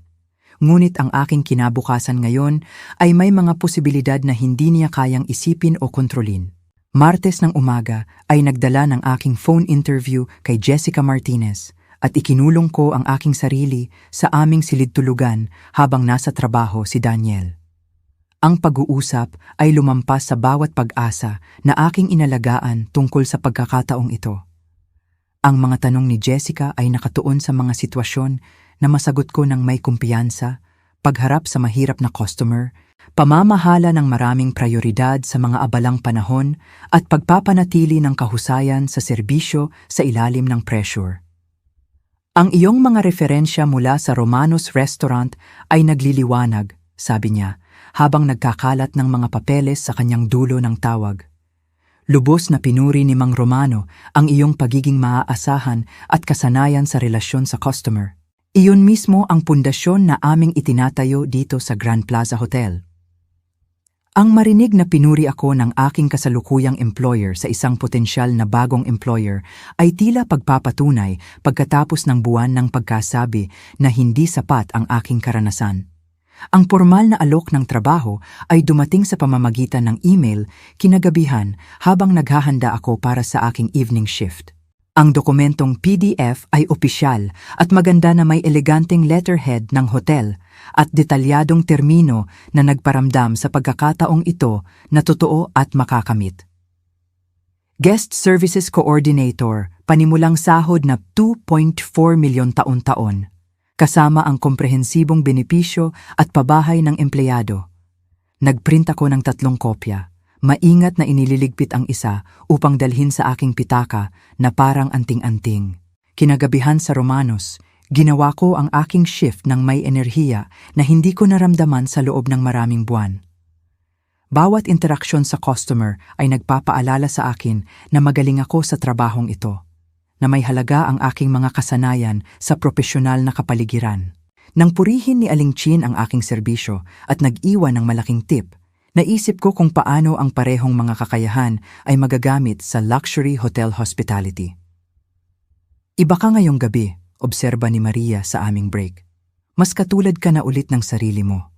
Tama siya, nawala ang bigat ng patuloy na kakulangan sa aking mga balikat. Sa unang pagkakataon mula nang magsimula ang kampanya ni Marisa laban sa akin, naramdaman kong karapat-dapat ako sa lugar na aking kinabibilangan sa mundo. Ang tawag ni Daniel noong Miyerkules ng umaga ang nagpabago sa buong trajectory ng aking lihim na pagpaplano. Gusto ka ni Mama na ilabas para sa iyong kaarawan bukas, sabi niya, halata ang pagkasabik sa kanyang boses. Iminungkahi niya ang Romanos dahil palagi mong sinasabi kung gaano mo kamahal magtrabaho doon. Ang kanyang interpretasyon sa pagpili ni Marisa ay ganap na may kahulugan sa akin. Sa wakas, kinikilala niya ang aking pinagtatrabahuhan sa halip na ipawalang saysay ito. Napakaganda, sabi ko. Tunay na naantig sa tila pag-unlad sa aming relasyon. Hindi ako makapaniwala na gusto niyang magdiwang sa Romanos. Ibig bang sabihin nito ay sa wakas ay tinatanggap niya na ang aking trabaho? Nagtagal ang paghinto ni Daniel ng sapat upang magtanim ng mga binhi ng pag-asa na magpapaging mas makabuluhan sa paghahayag bukas. Sa palagay ko nagsisimula na siyang maunawaan kung ano ang nagpapasaya sa iyo, sabi niya ng maingat. Gusto niyang maging espesyal ang kaarawan na ito. Ang kanyang mga salita ay tila kumpirmasyon na ang dinamika ng pamilya ay lumilipat pabor sa akin. Kasama ng aking lihim na alok ng trabaho, tila lahat ay nakahanay para sa isang perpektong pagdiriwang ng mga bagong simula. Ang text message ni Emma kinagabihan ay nagdagdag sa aking lumalaking pagkasabik. Hindi na ako makapaghintay bukas ng gabi. Ang kaarawan na ito ay tiyak na magiging memorable. Ang kanyang sigasig ay tila tunay sa unang pagkakataon mula nang lumala ang aming relasyon. Marahil ay nakipag-usap si Daniel sa kanyang pamilya tungkol sa pagpapabuti ng pagtrato sa akin. O marahil ay sa wakas ay kinilala nila ang aking mga pagsisikap na matugunan ang kanilang mga inaasahan. Ginugol ko ang Miyerkules ng gabi sa pagpaplano kung paano ko ihahayag ang aking balita. Ang liham ng alok ng trabaho ay nakalagay sa aking jewelry box. Naghihintay ng perpektong sandali upang baguhin ang kanilang pananaw sa akin. Nagsanay ako ng iba't ibang diskarte sa salamin sa banyo. Sinusubukang hanapin ang balanse sa pagitan ng pagpapakumbaba at kumpiyansa na magpapaging pinaka-epektibo sa aking anunsyo. Mayroon akong ilang kapanapanabik na balita na ibabahagi. Nagsanay ako habang pinagmamasdan ang aking refleksyon. 3 araw na ang nakakaraan, nakatanggap ako ng alok ng trabaho mula sa Grand Plaza Hotel. Ang mga salita ay tila makapangyarihan at nagbabago, nangangako na isusulat muli ang naratibo na nilikha ni Marisa tungkol sa aking propesyonal na kakulangan. Inisip ko ang kanyang nagulat na ekspresyon, ang proud na ngiti ni Daniel at ang ayaw na paggalang ni Emma. Ang pamimili noong Huwebes ng umaga ay naging isang pakikipagsapalaran sa pagpapahayag ng sarili na hindi ko pinayagan ang aking sarili sa loob ng maraming buwan. Pumili ako ng navy dress na may subtle elegance na maganda sa litrato kung magpasya si Daniel na kunan ng sandali. Ang tela ay tila mamahalin sa aking balat at ang gupit ay kaaya-aya nang hindi nagmamayabang. Gusto kong magmukhang profesional na babae na malapit na akong maging. Ang aking hair appointment sa salon ni Sandra ay isang luho. Inilaan ko ito bilang pamumuhunan sa aking hinaharap na imahe. Matagal nang ginugupitan ni Sandra ang aking buhok at agad niyang napansin ang aking pinabuting mood. "Nagliliwanag ka ngayon," sabi niya, habang inistilo ang aking buhok sa malambot na alon na mukhang sopistikado ngunit madaling lapitan. "May magandang nangyayari sa iyong buhay." "Mayroong kahanga-hanga," kinumpirma ko. Pinagmamasdan siyang gumagawa ng salamangka gamit ang curling iron at styling spray. "Hindi ko pa masasabi ngayon, ngunit mamaya ay magbabago ang lahat." Ang alam ng ngiti ni Sandra sa salamin ang nagparamdam sa akin na kami ay mga sabwat sa isang magandang plano na magbubukas sa loob lamang ng ilang oras. Ang kumpirmasyon sa phone interview mula kay Jessica ay maikli ngunit nakakapanatag. "Magpapatuloy kami sa proseso ng pagkuha," sabi niya. "Habang naghihintay ng iyong pagtanggap, gusto naming magsimula ka sa loob ng 2 linggo. Ang timeline bang iyon ay gumagana para sa iyong sitwasyon?" 2 linggo ay tila perpekto. Sapat na oras upang iproseso ang malaking pagbabago sa buhay na ito. Ngunit sapat na rin upang makatakas sa impluensya ni Marisa bago pa nito tuluyan ng pahinain ng aking kumpiyansa. Nagsanay ako ng aking anunsyo sa pagmamaneho patungo sa Romanos. Nagsalita ako sa aking refleksyon, sa rearview mirror, sa mga red light. "Gusto kong magbahagi ng magandang balita sa inyong lahat." Sasabihin ko pagkatapos ng pagdiriwang ng kaarawan, inalok ako ng posisyon sa Grand Plaza Hotel.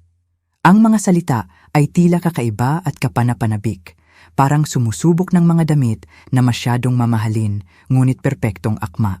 Lumaki ang aking pag-asa habang nagpapark ako sa labas ng restaurant kung saan ako gumugol ng 3 taon sa pagbuo ng mga kasanayan na sa wakas ay pinahahalagahan ng isang tao. Si Mang Romano ay kumaway mula sa likod ng counter. Marahil ay nagtataka kung bakit ako dumarating bilang isang customer sa halip na isang empleyado. Ngayong gabi, masabi ko sa kanya ang tungkol sa aking pag-unlad sa karera habang pinapasalamatan siya sa pundasyong tinulungan niya akong itayo. Ang lihim na alok ng trabaho ay nagbigay sa akin ng baluti laban sa karaniwang pagpuna ni Marisa sa buong linggo. Nang magkomento siya noong Martes tungkol sa aking dead-end situation, ngumiti lang ako at sinabing bumubuti na ang mga bagay. Nang banggitin niya noong Miyerkules na kailangan ni Daniel ng asawa na makapag-ambag ng makabuluhan sa kanilang posisyon sa lipunan, lubos akong sumang-ayon. Alam kong malapit ko nang lampasan ang kanyang pinakamalaking inaasahan. Ang mga post ni Emma sa social media tungkol sa mga ambisyosong kababaihan sa buong linggo ay hindi na nakasakit sa akin. Ang kanyang pasibong-agresibong komento tungkol sa edukasyon at pag-unlad ng karera ay tila hindi na uugnay kapag alam kong malapit na akong lumampas sa kanyang mga inaasahan ng buo. Sa lalong madaling panahon ay makikita niya na ako ay ambisyoso sa simula pa lang. Kailangan ko lang ng isang taong makakakilala sa aking potensyal. Ang pagkasabik ni Daniel ngayong gabi ay lalong naging halata. Patuloy niyang tinitingnan ang kanyang telepono, sumasagot sa mga family group text nang may kasiyahang ngiti. Nang tanungin ko tungkol sa mga plano para sa kaarawan, ngumiti lang siya ng misteryoso at sinabing magugustuhan ko ang inihanda nila. Ang kanyang lihim na pag-uugali ay tila mapagmahal at sabwat sa halip na nagbabanta. Ang jewelry box sa aming silid-tulugan ay naglalaman ng aking liham ng alok ng trabaho na parang isang lihim na sandata na naghihintay ng paggamit. Ngayong gabi, ang nakaligpit na dokumentong iyon ang magpapabago sa akin mula sa nakakadismayang manugang ni Marisa tungo sa isang propesyonal na kwento ng tagumpay na lalampas sa kanilang mga hinihingi. Ang babaeng gumugol ng 1 taon sa pagdarasal para sa aking pagkabigo ay malapit nang masaksihan ang aking pinakadakilang tagumpay. Naglalakad patungo sa pasukan ng Romanos para sa pagdiriwang ng aking kaarawan, pakiramdam ko ay mas magaan kaysa sa naramdaman ko mula ng araw ng aming kasal. Ang lihim na kaalaman sa aking kinabukasan ang nagbigay sa akin ng kumpiyansa upang harapin ang anumang dinamika ng pamilya na naghihintay sa loob. Ang gayak na sobre ni Marisa ay maaaring naglalaman ng mga papeles ng pamilya, ngunit ang aking pitaka ay naglalaman ng susi sa kalayaan, paggalang at pagpapatunay sa lahat ng aking tiniis habang pinapatunayan ang aking halaga sa mga taong hindi kailanman karapat-dapat sa aking mga pagsisikap. Ang kampana sa itaas ng pasukan ng Romano ay tumunog habang itinutulak ko ang pamilyar na pintuan ng salamin. Sinundan ako ng aking pamilya sa mainit at nakakaaliw na kapaligiran na tinawag kong aking pangalawang tahanan sa loob ng 3 taon. Ang liwanag ng gabi ay sumasala sa mga checkered na kurtina, naghuhulog ng ginintuang anino sa mga mesa kung saan ako naglingkod ng maraming pagkain at nagtatag ng mga relasyon sa mga regular na customer na naging kaibigan. Jennifer. Malakas na tinig ni Mang Romano ang umalingaw-ngaw sa kainan nang makita niya ang aming grupo. Ang kanyang pagod na mukha ay nagpakita ng tunay na ngiti na pinahahalagahan ko sa mahihirap na buwan ng pagpuna ng pamilya. Dali-dali siyang lumapit, pinupunasan ang kanyang mga kamay sa kanyang apron, malinaw na nalulugod na makita akong dumarating bilang isang customer sa halip na isang empleyado. Ito siguro ang pagdiriwang ng kaarawan na nabanggit mo. Mang Romano, gusto kong ipakilala sa iyo ang aking pamilya, sabi ko nang may pagmamalaki na nagulat maging sa akin. Ito ang aking asawa, si Daniel, ang kanyang ina, si Marisa, at ang kanyang kapatid, si Emma. Malugod na nakipagkamay si Mang Romano sa bawat isa sa kanila. Nakakahawa ang kanyang sigasig habang tinatanggap sila sa kanyang restaurant. Nagpapasalamat ako na sa wakas ay makikita ni Marisa ang paggalang at pagmamahal na aking nakuha sa lugar na ito. Ang ngiti ni Marisa ay magalang, ngunit pilit habang sinusuri niya ang simpleng kainan ng may kritikal na mata. Ang mga pulang vinyl booth, magkakaibang upuan, at nakasulat kamay na specials board ay malinaw na hindi nakakatugon sa kanyang karaniwang pamantayan. Ngunit narito siya, nagsisikap para sa aking kaarawan, at iyon ay tila pag-unlad na karapat-dapat ipagdiwang. Aalagaan ka namin ng maayos ngayong gabi. Pangako ni Mang Romano, iginagabay kami sa sulok na booth na iminungkahi ko ng tanungin ni Daniel ang mga preferensya sa upuan. Ang lugar ay nagbigay ng privacy para sa pag-uusap ng pamilya habang nagbibigay sa akin ng malinaw na tanawin ng kusina kung saan ginawa ni Maria ang kanyang salamang kagamit ang tradisyonal na Italian recipe. Nahuli ni Maria ang aking tingin mula sa likod ng service window at kumindat ng may sabwat. Marahil ay napansin niya ang aking pinabuting mood sa buong linggo at masaya siyang makita ang aking pamilya na sa wakas ay nagdiriwang kasama ako sa Romano Jasartes. Si Tony, abala sa pag-aayos ng mga mesa para sa hapunan, ay nagbigay sa akin ng thumbs up at bumulong, "Happy birthday!" nang may kanyang katangian na sigasig. Ang pagupo sa booth ay tila surreal. Naglilingkod ako ng hindi mabilang na pagkain sa mismong mesang ito. Ngunit ngayon, umupo ako bilang isang bisita habang iba't ibang server ang humahawak sa aming order. Sinuri ni Marisa ang laminated na menu ng may halatang pag-aalinlangan. Ang kanyang mga kuko ay hawak ito na parang maaaring mahawahan ang kanyang mga kamay. Si Emma ay nag-scroll sa kanyang telepono, paminsan-minsan ay sumisilip upang magpalitan ng mga makabuluhang tingin kay Daniel. Napakasarap ng chicken parmesan dito. Mungkahi ko, sinusubukang tulay ang agwat sa pagitan ng aking dalawang mundo. Ang asawa ni Mang Romano ang gumagawa ng sarsa mula sa recipe ng kanyang lola. Tumango si Marisa ng magalang, ngunit in-order ang pinakamahal na item sa menu, ang lobster ravioli na nagkakahalaga ng 1,500 at hindi man lang isa sa aming mga signature dish. Ang pag-uugali ni Daniel sa buong hapunan ay tila nerbiyos at masaya. Patuloy niyang tinitingnan ang kanyang telepono sa ilalim ng mesa, sumasagot sa mga text ng mabilis habang sinusubukang panatilihin ang normal na pag-uusap. Nang tanungin ko tungkol sa trabaho, ang kanyang mga sagot ay distracted at maikli. Tila nakatuon siya sa isang bagay na mas mahalaga kaysa sa aming diskusyon tungkol sa kanyang pinakabagong mga kliyente sa accounting. May hinihintay ka bang mahalagang tawag? Tanong ko nang mag-buzz ang kanyang telepono sa ika-4 na pagkakataon sa panahon ng aming appetizer course. Sumulyap si Daniel kay Marisa bago sumagot. Nakatanggap ng isang uri ng tahimik na pag-apruba na aking ininterpret bilang pagsasaalang-alang ng pamilya para sa aking pagdiriwang ng kaarawan. Inaayos lang ang ilang elemento ng sorpresa para ngayong gabi, sabi niya nang may ngiti na hindi umabot sa kanyang mga mata. Ang pag-uusap ni Marisa sa buong hapunan ay tila artipisyal at sinanay.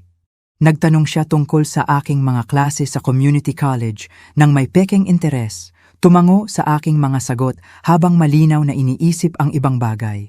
Wala ang kanyang karaniwang pagpuna, pinalitan ng isang kakaibang kaaya-aya na dapat ay nagbabala sa akin, ngunit sa halip ay nagpuno sa akin ng pag-asa. Napakasipag mong magtrabaho upang mapabuti ang iyong sarili, sabi ni Marisa habang naghihintay kami ng aming main courses. Nakakahanga ang iyong pagiging determinado sa kabila ng lahat ng hamon. Ang kanyang mga salita ay tila sumusuporta, ngunit may isang bagay sa kanyang tono na nagparamdam sa kanila na parang setup sa halip na tunay na papuri. Tahimik na umungol si Emma sa komento ng kanyang ina, mabilis na tinakpan ito ng ubo nang tingnan ko siya. Lumabas ang birthday cake nang matapos namin ang hapunan, dala ni Sandra, isa sa mga mas bagong server na sinanay sa panahon ng aking mga kamakailang shift. Maingat niya itong inilagay sa harap ko, nakangiti ng mainit habang ang buong restaurant ay nagsimulang kumanta ng Happy Birthday. Ang mga regular na customer ay sumali mula sa mga kalapit na mesa, lumikha ng isang koro ng tunay na pagmamahal na nagpalaki sa aking puso nang may pakiramdam ng pagiging kabilang. Mag-wish ka, sabi ni Daniel. Ipinosisyon ang kanyang telepono upang kunan ng sandali. Ipinikit ko ang aking mga mata at ninais ang lakas ng loob na ibahagi ang balita tungkol sa aking alok ng trabaho nang may pagpapahalaga, umaasang ang anunsyong ito ay sa wakas ay magtutulay sa agwat sa pagitan ng mga inaasahan ni Marisa at ng aking realidad. Ang mga kandila ay kumikislap habang hinipan ko ang mga ito. Ang kanilang usok ay tumataas na parang insenso na nagdadala ng aking mga pag-asa patungo sa kisame. Ang palakpak ni Marisa ay masigla ngunit walang laman. Ang kanyang mga kamay ay lumilikha ng matatalim na tunog ng palakpak na pumutol sa ingay ng restaurant. Inabot niya ang kanyang designer purse nang may teatral na seremonya, kinuha ang gayak na sobre na nakita ko siyang naghahanda ilang araw na ang nakakaraan. Mayroon kaming espesyal na regalo para sa'yo, anunsyo niya. Ang kanyang boses ay malinaw na naririnig sa mga kalapit na mesa. Mula sa aming lahat, patuloy niya, hawak ang sobre ng mataas upang makita ng ibang mga kumakain. Ang pink na papel na may pilak na paru-paro ay mukhang maligaya at inosente, eksakto kung ano ang pinili para sa isang minamahal na miyembro ng pamilya. Ang ibang mga customer ay lumingon upang panoorin ang aming pagdiriwang. Marahil ay iniisip kung gaano ako kaswerte na may pamilya na sapat na nagmamalasakit upang gumawa ng mga pampublikong kilos ng pagmamahal. Lumabas ang telepono ni Emma sa kanyang mga kamay, nakaposisyon din upang i-record ang anumang mangyayari. Inayos ni Daniel ang kanyang anggulo upang makuha ang aking mukha ng mas malinaw. Ang kanyang pagkasabik ay halata habang nakatuon ang kamera sa aking ekspresyon. Ang kanilang koordinasyon ay perpekto, nagpapahiwatig na sinanay nila ang sandaling ito o hindi bababa sa maingat na tinalakay ang timing. Buksan mo, pilit ni Marisa. Ang kanyang mga mata ay nagniningning sa pag-asa na akala ko ay kagalakan ng isang lola. Ang sobre ay tila mas mabigat kaysa sa inaasahan habang inikot ko ito sa aking mga kamay. Pinadaan ang aking mga daliri sa mga palamuti sa gilid. Lahat sa aming mesa ay bahagyang lumapit. Pinagmamasdan ang aking reaksyon nang may matinding pokus na nagparamdam sa sandaling ito na napakahalaga. Madaling napunit ang papel sa ilalim ng aking mga kuko na nagpakita ng mga opisyal na dokumento na maayos na nakatupi sa loob. Ang legal na letterhead ang unang nakakuha ng aking pansin, sinundan ng formal na wika na tumagal ng ilang segundo bago maproseso ng aking utak. Petisyon para sa pagwawakas ng kasal ang nakasulat sa itaas ng unang pahina sa bold. Nakamamanghang mga letra na tila lumalaki habang tinititigan ko ang mga ito. Naputol ang aking hininga habang nagrerehistro ang mga salita. Mga papeles ng diborsyo sa aking kaarawan sa harap ng aking mga kasamahan at regular na customer. Ang gayak na sobre na mukhang inosente ay sa katunayan ay isang sandata na dinisenyo para sa maksimum na pagkasira ng aking dignidad at pakiramdam ng pagiging kabilang. Ang restaurant ay patuloy na naging abala sa normal na pag-uusap sa hapunan sa paligid namin. Ngunit ang aming sulok na booth ay umiiral sa isang bubble ng tensyon na napakakapal na halos hindi ako makahinga. Ang nasisiyahang ekspresyon ni Marisa ay nagkumpirma na hindi ito isang pagkakamali o hindi pagkakaunawaan. Ito mismo ang kanyang pinlano nang mahuli ko siya sa aming mesa sa kusina na naghahanda ng mga legal na dokumento. Ang telepono ni Daniel ay nanatiling matatag sa kanyang mga kamay.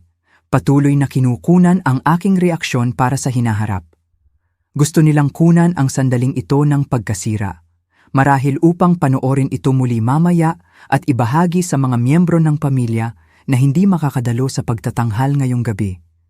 Ang aking kahihiyan ay ang kanilang libangan, maingat na inayos at propesyonal na idinokumento.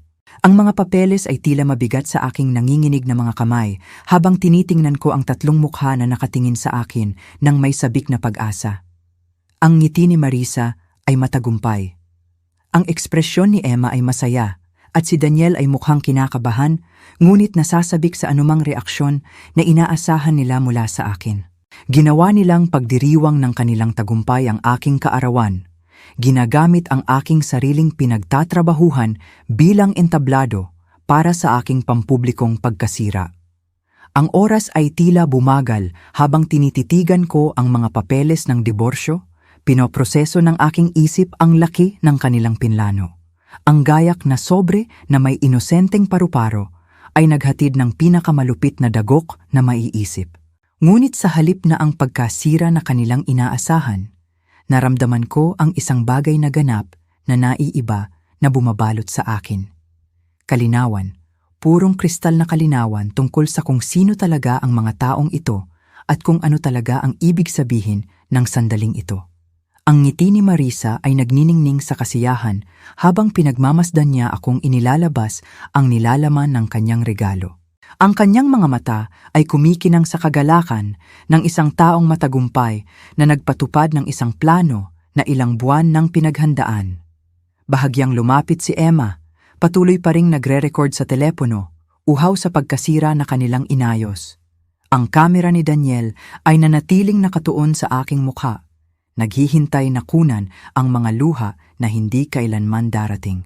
Ang ingay ng restaurant ay naglaho sa background ng mga bulong habang nararamdaman ng mga kalapit na kumakain ng drama na nagaganap sa aming sulok na booth. Si Aling Patterson, ang aking regular na customer tuwing Martes, ay umikot sa kanyang upuan upang mas makita ng maayos. Ang mag-asawang nasa mesa dwells ay huminto sa kanilang pag-uusap sa gitna ng pangungusap. Naakit ng tensyon na nagmumula sa aming pagtitipon ng pamilya. Tiningnan kong muli ang mga legal na dokumento. Napansin ang maingat na paghahanda na ginawa para sa sandaling ito. Mayroong umarkila ng abogado, naghain ng mga papeles at nag-ugnay ng timing upang ma-maximize ang aking kahihiyan. Ang petisyon sa diborsyo ay detalyado at kumpleto. Nangangailangan lamang ng aking pirma upang tuluyang buwagin ang aming kasal. Nagdala pa sila ng ballpen, umaasa sa aking pagsunod sa kanilang plano. Aba, hirit ni Marisa nang magtagal ang aking katahimikan kaysa sa kanyang inaasahan. Hindi ka ba magsasalita? Ang kanyang boses ay umaling-awngaw sa tahimik na restaurant. Inaanyayahan ang lahat na saksihan ang aking reaksyon sa kanilang sorpresa sa kaarawan. Malinaw ang inaasahan sa kanyang tono. Inaasahan akong magmamakaawa, umiyak o gumawa ng eksena na pinuntahan nila upang saksihan. Sa halip, kinuha ko ang bulpen na kanilang ibinigay at pinirmahan ang aking pangalan ng mas matatag kaysa sa loob ng maraming buwan. Ang tinta ay dumaloy ng maayos sa linya ng pirma na nagmamarka sa pagtatapos ng isang kasal, ngunit simula rin ng isang bagay na hindi nila maiisip. Bahagyang nag-alinlangan ang matagumpay na ekspresyon ni Marisa habang kalmado kong itinupi ang mga papeles at ibinalik ang mga ito sa kanilang gayak na sobre. Nag-alinlangan ang telepono ni Daniel sa kanyang mga kamay habang pinalitan ng pagkalito ang pag-asa. Iyon lang? Tanong niya, halos hindi marinig ang kanyang boses. Hindi ka lalaban o magtatanong? Halata ang kanyang pagkabigo. Malinaw, ang aking kalmadong pagtanggap ay hindi nagbigay ng entertainment value na inaasahan nila para sa kanilang recording session. Salamat, sabi ko, tumayo mula sa booth ng buo ang dignidad. Ito ang pinakamapagbigay na regalo na maibibigay ninyo sa akin. Ang mukha ni Marisa ay nagbago mula sa kasiyahan tungo sa pagkalito habang inabot ko ang aking pitaka at kinuha ang sarili kong sobre, ang opisyal na liham ng alok ng trabaho mula sa Grand Plaza Hotel na magbabago sa kanilang buong naratibo tungkol sa aking halaga. Mayroon din akong balita na ibabahagi, anunsyo ko. Ang aking boses ay malinaw na umalingaw-ngaw sa tahimik na restaurant. 3 araw na ang nakakaraan, inalok ako ng posisyon bilang Guest Services Coordinator sa Grand Plaza Hotel. Ang sahod ay 2.4 milyon taon-taon, kasama ang buong benepisyo at pabahay. Ang mga salita ay tila makapangyarihan, lumalabas sa aking mga labi, ang bawat isa ay lumalanding nang may katumpakan sa katahimikan na sumunod. Bahagyang bumuka ang bibig ni Marisa, ngunit walang tunog na lumabas.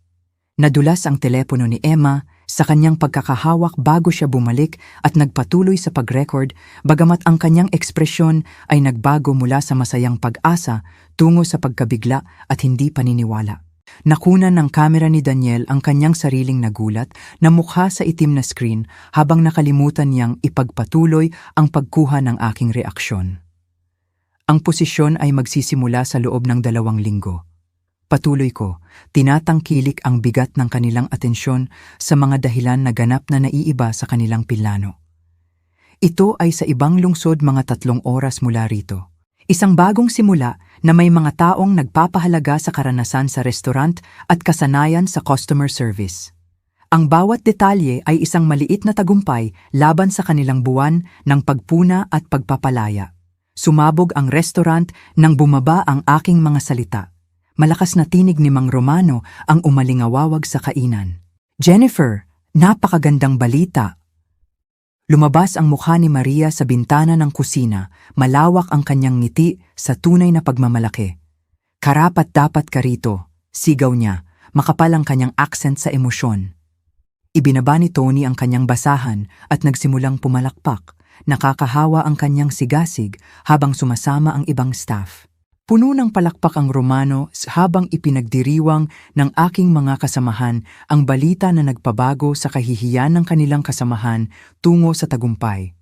Ang mga regular na customer na nakakita sa akin na nagtatrabaho sa mahihirap na buwan ay tumayo mula sa kanilang mga mesa. Idinagdag ang kanilang mga boses sa pagdiriwang. Si Aling Patterson na nakasaksi sa aking bumababang mood nitong mga nakaraang linggo ay itinaas ang kanyang baso ng tubig bilang toast. Para kay Jennifer at sa kanyang maliwanag na kinabukasan, anunsyo niya, na nagtulak sa ibang mga kumakain na sumama sa kanyang impromptu na pagdiriwang. Ang restaurant ay naging isang komunidad na nagtutulungan sa isang taong nakita nilang nagpupumilit ang kanilang tunay na kagalakan ay pumapatay sa pamilya na sumubok na sirain ako. Nagpalit-palit ang mukha ni Marisa ng mga emosyon na hindi ko pa nakita kailanman. Ang pagkalito ay nagbigay daan sa hindi paniniwala, pagkatapos ay isang bagay na mukhang nakakabahala na takot. Inaasahan niyang maghahatid ng nakakawasak na dagok sa isang mahinang babae, hindi ibibigay ang kalayaan sa isang taong nakakuha na ng kanyang kasarinlan. Ang kanyang maingat na pinlanong sandali ng tagumpay ay gumuho sa pampublikong kahihiyan. Alam mo ang trabahong ito nang pirmahan mo ang mga papeles na iyon? Tanong ni Daniel. Ang kanyang boses ay pilit sa pagkaunawa na nalampasan ko sila ng buo. Nakabitin ang kanyang telepono sa kanyang kandungan habang pinoproseso niya na tinanggap lamang ng kanyang asawa ang diborsyo habang may hawak na pagkakataon sa karera na lumampas sa bawat pagpuna na inilabas ng kanyang pamilya laban sa akin. Natanggap ko ang alok 3 araw na ang nakakaraan. Kinumpirma ko, pinagmamasdan ang kanyang mukha na namutla habang nagkatugma ang timeline. Sa parehong araw, nagsimula kayong lahat na kumilos ng misteryoso na masaya tungkol sa aking pagdiriwang ng kaarawan. Kinunan ng telepono ni Emma ang lumalaking pagkaunawa ni Daniel na ang kanilang sorpresa ay bumalik ng husto. Ang ironiya ay perpekto at nakakawasak. Ibinigay ni Marisa sa akin ang mga papeles ng diborsyo, umaasang sirain ako. Ngunit sa katunayan ay pinalaya niya ako upang ituloy ang propesyonal na paggalang na palagi niyang inaangkin na hindi ko makakamit. Ang kanilang kalupitan ang nag-alis ng tanging hadlang na pumipigil sa akin na tanggapin ang isang pagkakataon na magpapatunay na ang bawat negatibong bagay na sinabi nila tungkol sa aking potensyal ay mali. Kasama sa programa ng pagsasanay ang management development, idinagdag ko, kinuha ang opisyal na letterhead mula sa aking pitaka upang ipakita sa kanila. Partikular nila akong kinuha dahil sa aking karanasan sa restaurant. Tila, ang aking karanasan dito sa Romano da Fuertes ay nagpapakita ng eksaktong mga kasanayan na pinahahalagahan nila para sa pag-unlad sa hospitality management. Lumabas si Mang Romano sa tabi ng aming mesa. Ang kanyang mukha ay nagniningning sa pagmamalaki habang tinitingnan niya ang alok ng trabaho. Si Jennifer ay isa sa aming pinakamahusay na empleyado, sabi niya ng direkta kay Marisa. Matalino, dedikado at iginagalang ng lahat dito. Swerte ang hotel na ito na mayroon siya. Ang kanyang mga salita ay nagdala ng bigat ng 3 taon na pinagmamasdan akong humawak ng mahirap na customer, magtrabaho ng double shift ng walang reklamo, at panatilihin ang karangalan sa ilalim ng pressure na makakawasak sa mas kaunting determinado na tao. Ang pampublikong pag-endorso ni Mang Romano ay nagpatunay sa aking pagkatao sa harap ng mga saksi na bagong nakasaksi sa kalupitan ni Marisa. Lumabas si Maria mula sa kusina, may mga bulaklak pa rin sa kanyang apron mula sa paghahanda ng mga espesyal sa gabi. Magiging kahanga-hanga ka.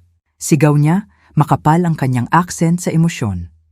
Ipakita mo sa kanila kung ano ang kayang gawin ng mga Romanos girl kapag binigyan ng totoong pagkakataon.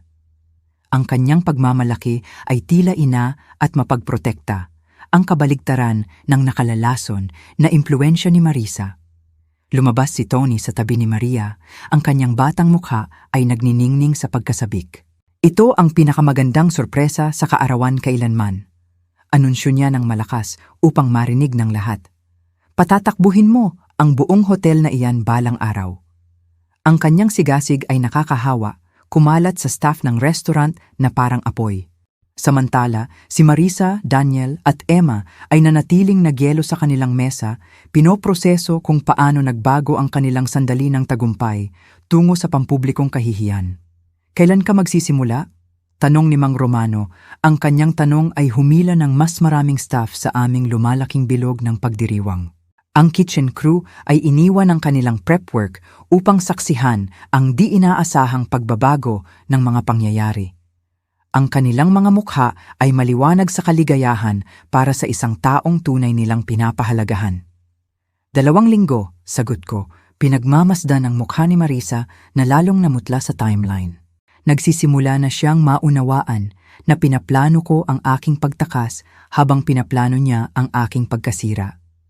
Ang mga papeles ng diborsyo na inihanda niya bilang aking pagtatapos ay sa katunayan ay naglilinis ng landas para sa aking bagong simula. Sa wakas ay nakahanap si Daniel ng kanyang boses, bagamat lumabas ito ng pilit at hindi sigurado. Talaga bang aalis ka? Ganun na lang. Ang kanyang tanong ay nagpakita kung gaano kaunti ang kanyang naintindihan tungkol sa pinsala na idinulot ng kanyang pamilya o kung gaano nila lubos na sinira ang aking pagnanais na manatili sa kanilang mundo. Talagang malaya na ako Pagwawasto ko, binibigyang diin ang salita na kumukuha kung ano talaga ang ibig sabihin ng sandaling ito.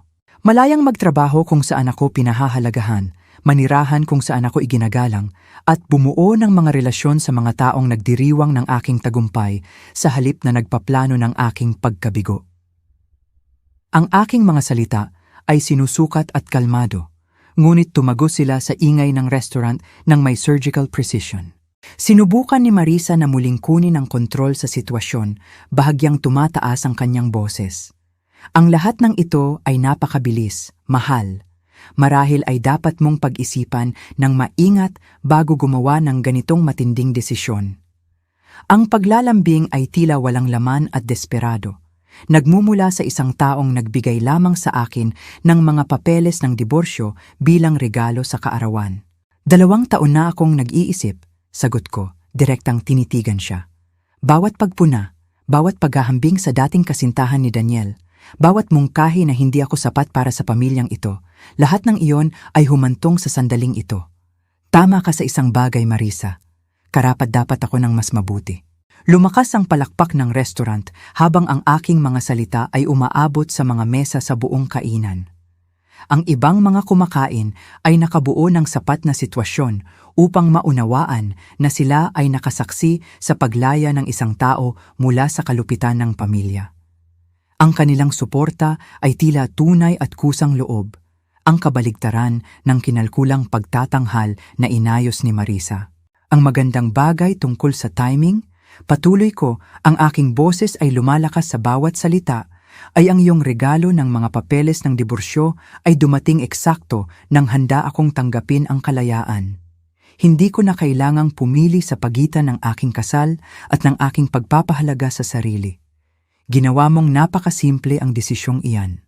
Nakunan ng record ni Emma ang lumalaking kawalan ng ginhawa ng kanyang sariling pamilya habang napagtanto nila na ang kanilang mga tungkulin ay ganap na nagbaliktad. Dumating sila sa Romanos bilang mga berdugo, ngunit nakita ang kanilang sarili bilang mga akusado sa isang paglilitis ng pampublikong opinyon.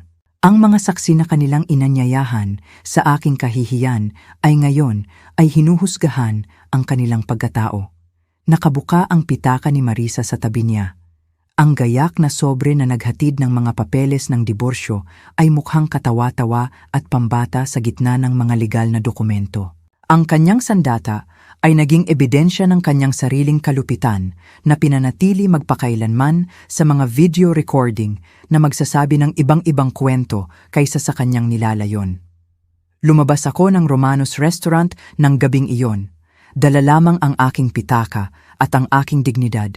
Iniwan ng isang pamilya na bagong nagpakita ng kanilang tunay na pagkatao sa buong silid ng mga saksi. Ang sariwang hangin ng gabi ay tila mas malinis kaysa sa loob ng maraming buwan at ang bawat hakbang patungo sa aking kotse ay nagmamarka ng isa pang sandali ng distansya mula sa mga taong hindi kailanman karapat-dapat sa aking mga pagsisikap na makuha ang kanilang pag-apruba. Ang pagmamaneho pa uwi ay tahimik, maliban sa tunog ng aking telepono na nagbabuzz ng mga mensahe na hindi ko binasa. Si Daniel, Marisa at Emma ay marahil ay nag-uugnay ng damage control, sinusubukang iproseso kung paano ang kanilang perpektong pinlanong ambush ay naging sandali ng aking tagumpay. Ang kanilang desperadong pagsisikap na abutin ako ay tila walang kapangyarihan ngayon na hawak ko ang susi sa aking sariling kinabukasan. Pagkalipas ng 2 linggo, nakatayo ako sa marmol na lobby ng Grand Plaza Hotel, suot ang isang propesyonal na uniforme na sa katunayan ay tila baluti sa halip na costume. Ang nameplate sa aking dibdib ay nakasulat, Jennifer Walsh, Guest Services Coordinator. Isang eleganting sulat na nagpapangiti sa akin sa bawat pagkakita ko sa aking refleksyon sa mga salamin ng lobby. Ang aking maiden name ay bumalik kasama ng aking pagpapahalaga sa sarili. Ang residential building ng empleyado ang naging aking santuwaryo sa paraang hindi ko kailanman naisip na posible. Ang aking furnished apartment ay maliit ngunit maganda ang disenyo na may malalaking bintana na tinatanaw ang skyline ng lungsod at isang balkonahe kung saan ako makakainom ng kape sa umaga sa payapang katahimikan. Walang pumupuna sa aking mga pagpipilian. nagtatanong sa aking halaga o nagpaparamdam sa akin na hindi tinatanggap na bisita sa aking sariling tahanan. Si Jessica Martinez ay naging higit pa sa aking supervisor. Siya ay naging isang mentor na nakakita ng potensyal sa pamumuno na ginugol ni Marisa ng 2 taon sa pagsisikap na kumbinsihin akong hindi umiiral. Sa loob ng aking unang buwan, inatasan ako ni Jessica na humawak ng VIP Guest Relations. Pinagkakatiwalaan ang aking Romanos experience upang pamahalaan ang mga demanding na kliyente ng may karangalan at profesionalismo. Ang iyong karanasan sa restaurant ay nagbibigay sa iyo ng mga instincts na kailangang matutunan ng ibang mga coordinator sa pamamagitan ng pagsasanay. Paliwanag ni Jessica sa aking 30-day review. Nabasa mo ang mga tao ng natural, inaasahan ng mga pangangailangan bago pa man sabihin at humahawak ng pressure nang hindi nawawala ang iyong composure. Ang mga kasanayang iyon ang eksaktong kinakailangan ng luxury hospitality. Binuksan ng programa ng pagsasanay sa pamamahala ang mga pintuan na hindi ko kailanman naisip na lalakarin. Ang mga seminar sa corporate communication ay nagturo sa akin ng wika ng negosyo na nagparamdam sa aking mga kurso sa community college na parang elementarya na paghahanda. Ang mga workshop sa pamumuno ay nagpakita ng mga kalakasan na taglay ko sa simula pa lang, ngunit itinuro sa akin na pagdudahan sa ilalim ng patuloy na pagpuna ni Marisa. Ang una kong promosyon sa Assistant Guest Services Manager ay dumating 4 na buwan pagkatapos magsimula, kasama ng isang pagtaas ng sahod na nagtulak sa aking taunang kita sa higit sa 2.7 milyon. Ang pagtaas ng sahod ay nangangahulugan na kaya kong bilhin ang mga luho na pinapangarap ko lamang sa panahon ng aking pakikibaka. Mga damit na may kalidad, regular na salon appointment at mga savings account na sa katunayan ay lumaki sa halip na lumiliit sa ilalim ng pinansyal na pressure. Nagsimulang kumalat ang balita ng aking tagumpay sa pamamagitan ng mga mutual na kakilala sa paraang tila cosmic justice. Si Linda, ang kaibigan ni Marisa sa country club, ay nagkataong nanatili sa Grand Plaza Hotel sa isang business trip. Nakilala niya ang aking pangalan sa staff directory at particular na humiling ng aking tulong sa kanyang mga ayos ng corporate event. "Ikaw ang dating asawa ni Daniel, hindi ba?" tanong ni Linda sa aming consultation meeting. Nabansagan ni Marisa na nagtrabaho ka sa hospitality, ngunit hindi niya sinabi na ikaw ay management sa isang prestihiyosong hotel. Ang kanyang sorpresa ay tunay at nagsasabi, malinaw na binawasan ni Marisa ang aking mga tagumpay upang mapanatili ang kanyang naratibo tungkol sa aking kakulangan. Ang nagniningning na review ni Linda sa aking profesional na serbisyo ay nakarating kay Marisa sa pamamagitan ng kanilang social network sa loob ng ilang araw. Ang babaeng nagpapawalang saysay sa akin bilang isang simpleng waitress ay kailangang marinig ang detalyadong papuri sa aking kakayahan mula sa kanyang sariling mga kaibigan. Naging imposible na para kay Marisa na maliitin o ipaliwanag ang aking tagumpay sa pamamagitan ng kanyang karaniwang dismissive na taktika. Ang mga pagsisikap ni Daniel na makipag-ugnayan muli ay nagsimulang dumating sa pamamagitan ng mga social media message na hindi ko kailanman sinagot. Ang kanyang mga text ay lalong naging desperado habang napagtanto niya ang kanyang nawala. Ngunit ang mga aral ni Marisa tungkol sa pagkilala sa halaga lamang pagkatapos ng pagkasira ay nagturo sa akin na huwag magtiwala sa mga taong nagdiriwang ng aking inaakalang pagkabigo. Ang kanyang pagsisisi ay tila walang laman kumpara sa tunay na paggalang na nakita ko sa aking bagong kapaligiran. Ang mga paglilitis sa settlement ng diborsyo ay ganap na pabor sa akin salamat sa kanilang sariling dokumentasyon. Ang video recording ni Daniel ng birthday ambush ay naging ebidensya ng planadong emosyonal na kalupitan na hindi maipaliwanag ng kanyang abogado. Walang hukom ang magbibigay ng alimony o shared assets sa isang taong nag-ayos ng pampublikong kahihiyan para sa libangan. Ang legal na estratehiya ni Marisa ay bumalik ng lubusan tulad ng kanyang sorpresa sa kaarawan. Ang gayak na sobre na kanyang inihanda ng maingat ay naging Exhibit A sa mga paglilitis na nagpinta sa kanya bilang arkitekto ng dysfunction ng pamilya. Ang kanyang sariling atensyon sa detalye, ang timing, ang lokasyon, ang koordinasyon ay nagpatunay ng premeditation na nagprotekta sa akin mula sa mga obligasyon sa pananalapi sa mga taong tinatrato ako bilang disposable. 6 na buwan pagkatapos ng gabing iyon sa Romanos, na-promote ako muli sa Guest Services Manager na mamahala sa isang koponan ng 12 coordinator sa 3 departamento. Ang posisyon ay may kasamang company car, expense account at sahod na papalapit sa 3.3 milyon taon-taon. Bawat milestone ay nagpapatunay sa paunang pagtatasa ni Jessica sa aking potensyal at sumasalungat sa mga hula ni Marisa tungkol sa aking mga limitasyon. Ang taunang Employee Recognition Ceremony ng hotel ang naging sandali ng aking tunay na pagpapatunay. Nakatayo sa entablado na tumatanggap ng award para sa pambihirang customer satisfaction scores, naisip ko ang tawag sa telepono ni Marisa kung saan nagdarasal siya na bumalik sa kanyang katinuan si Daniel tungkol sa aming kasal. Ang kanyang mga panalangin ay nasagot sa mga paraan na hindi niya inilaan. Ang aking talumpati sa pagtanggap ay maikli ngunit makabuluhan, pinasasalamatan ang aking kupunan at kinikilala ang karanasan sa restaurant na naghanda sa akin para sa kahusayan sa hospitality. Ang mga manonood ng hotel executives at mga leader ng negosyo sa komunidad ay pumalakpak sa isang taong pinawalang saysay ni Marisa bilang hindi karapat-dapat sa propesyonal na pagsasaalang-alang. Ang kanilang paggalang ay tila pinaghirapan sa halip na hinihingi, tunay sa halip na kondisyonal.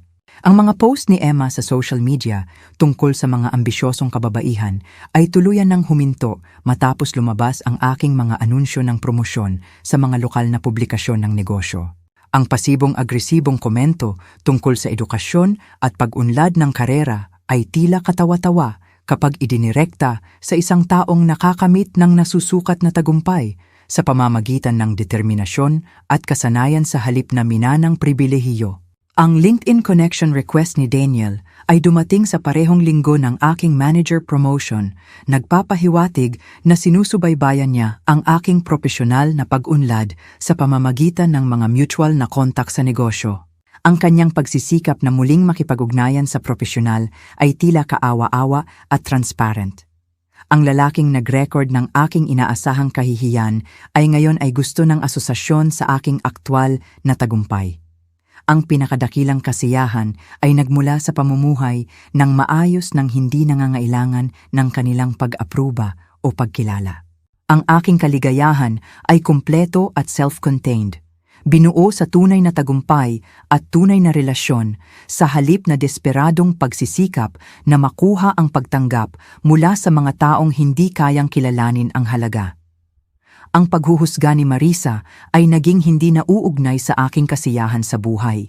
Iginagalang ng aking mga bagong kasamahan ang aking mga opinyon, pinahahalagahan ang aking mga kontribusyon, at pinagkakatiwalaan ang aking kakayahan sa pamumuno. Ang propesyonal na kapaligiran na inaangkin ni Marisa na hindi ko kailanman maa-access ay malugod akong tinanggap at ginantimpalaan ang aking mga pagsisikap ng mga pagkakataon sa pag-unlad. Bawat araw sa Grand Plaza Hotel ay nagkumpirma na ang kanyang pagtatasa sa aking potensyal ay ganap na mali. Ang tunay na paghihiganti ay hindi ang magdulot sa kanila ng sakit. Ito ay ang pagpapatunay na ang kanilang kalupitan ay batay sa selos at kawalan ng seguridad sa halip na tumpak na pagsusuri ng aking pagkatao o kakayahan. Ang pangangailangan ni Marisa na pahinain ako ay nagpakita ng mas marami tungkol sa kanyang mga limitasyon kaysa sa akin. Ang kanyang regalo sa kaarawan ng mga papeles ng diborsyo ay nagpalaya sa akin upang matuklasan ang tagumpay na umiiral na malayo sa kanyang makitid na pananaw sa katanggap-tanggap na tagumpay. Nakatayo sa aking corner office 18 na buwan, pagkatapos ng gabing iyon sa Romanos, tiningnan ko ang skyline ng lungsod at nagpapasalamat sa bawat pagpuna na nagtulak sa akin patungo sa kalayaan. Ang gayak na sobre ni Marisa ay naglalaman ng pinakadakilang regalo na posible, kalayaan mula sa mga taong hindi kailanman karapat-dapat sa pagsisikap na ginugol ko sa pagsisikap na makuha ang kanilang pagmamahal. Kung ang kwentong ito ng tunay na pagpapatunay ay nagpasaya sa iyo, i-click ang like button ngayon. Ang paborito kong bahagi ay nang kalmado niyang pinirmahan ang mga papeles ng diborsyo at kinuha ang kanyang liham ng alok ng trabaho. Ano ang iyong paboritong sandali? Ilagay ito sa mga komento sa ibaba. Huwag palampasin ang mas marami pang hindi kapani-paniwalang kwento ng paghihiganti tulad nito. Mag-subscribe at i-hit ang notification bell upang hindi mo kailanman mapalampas ang isang upload.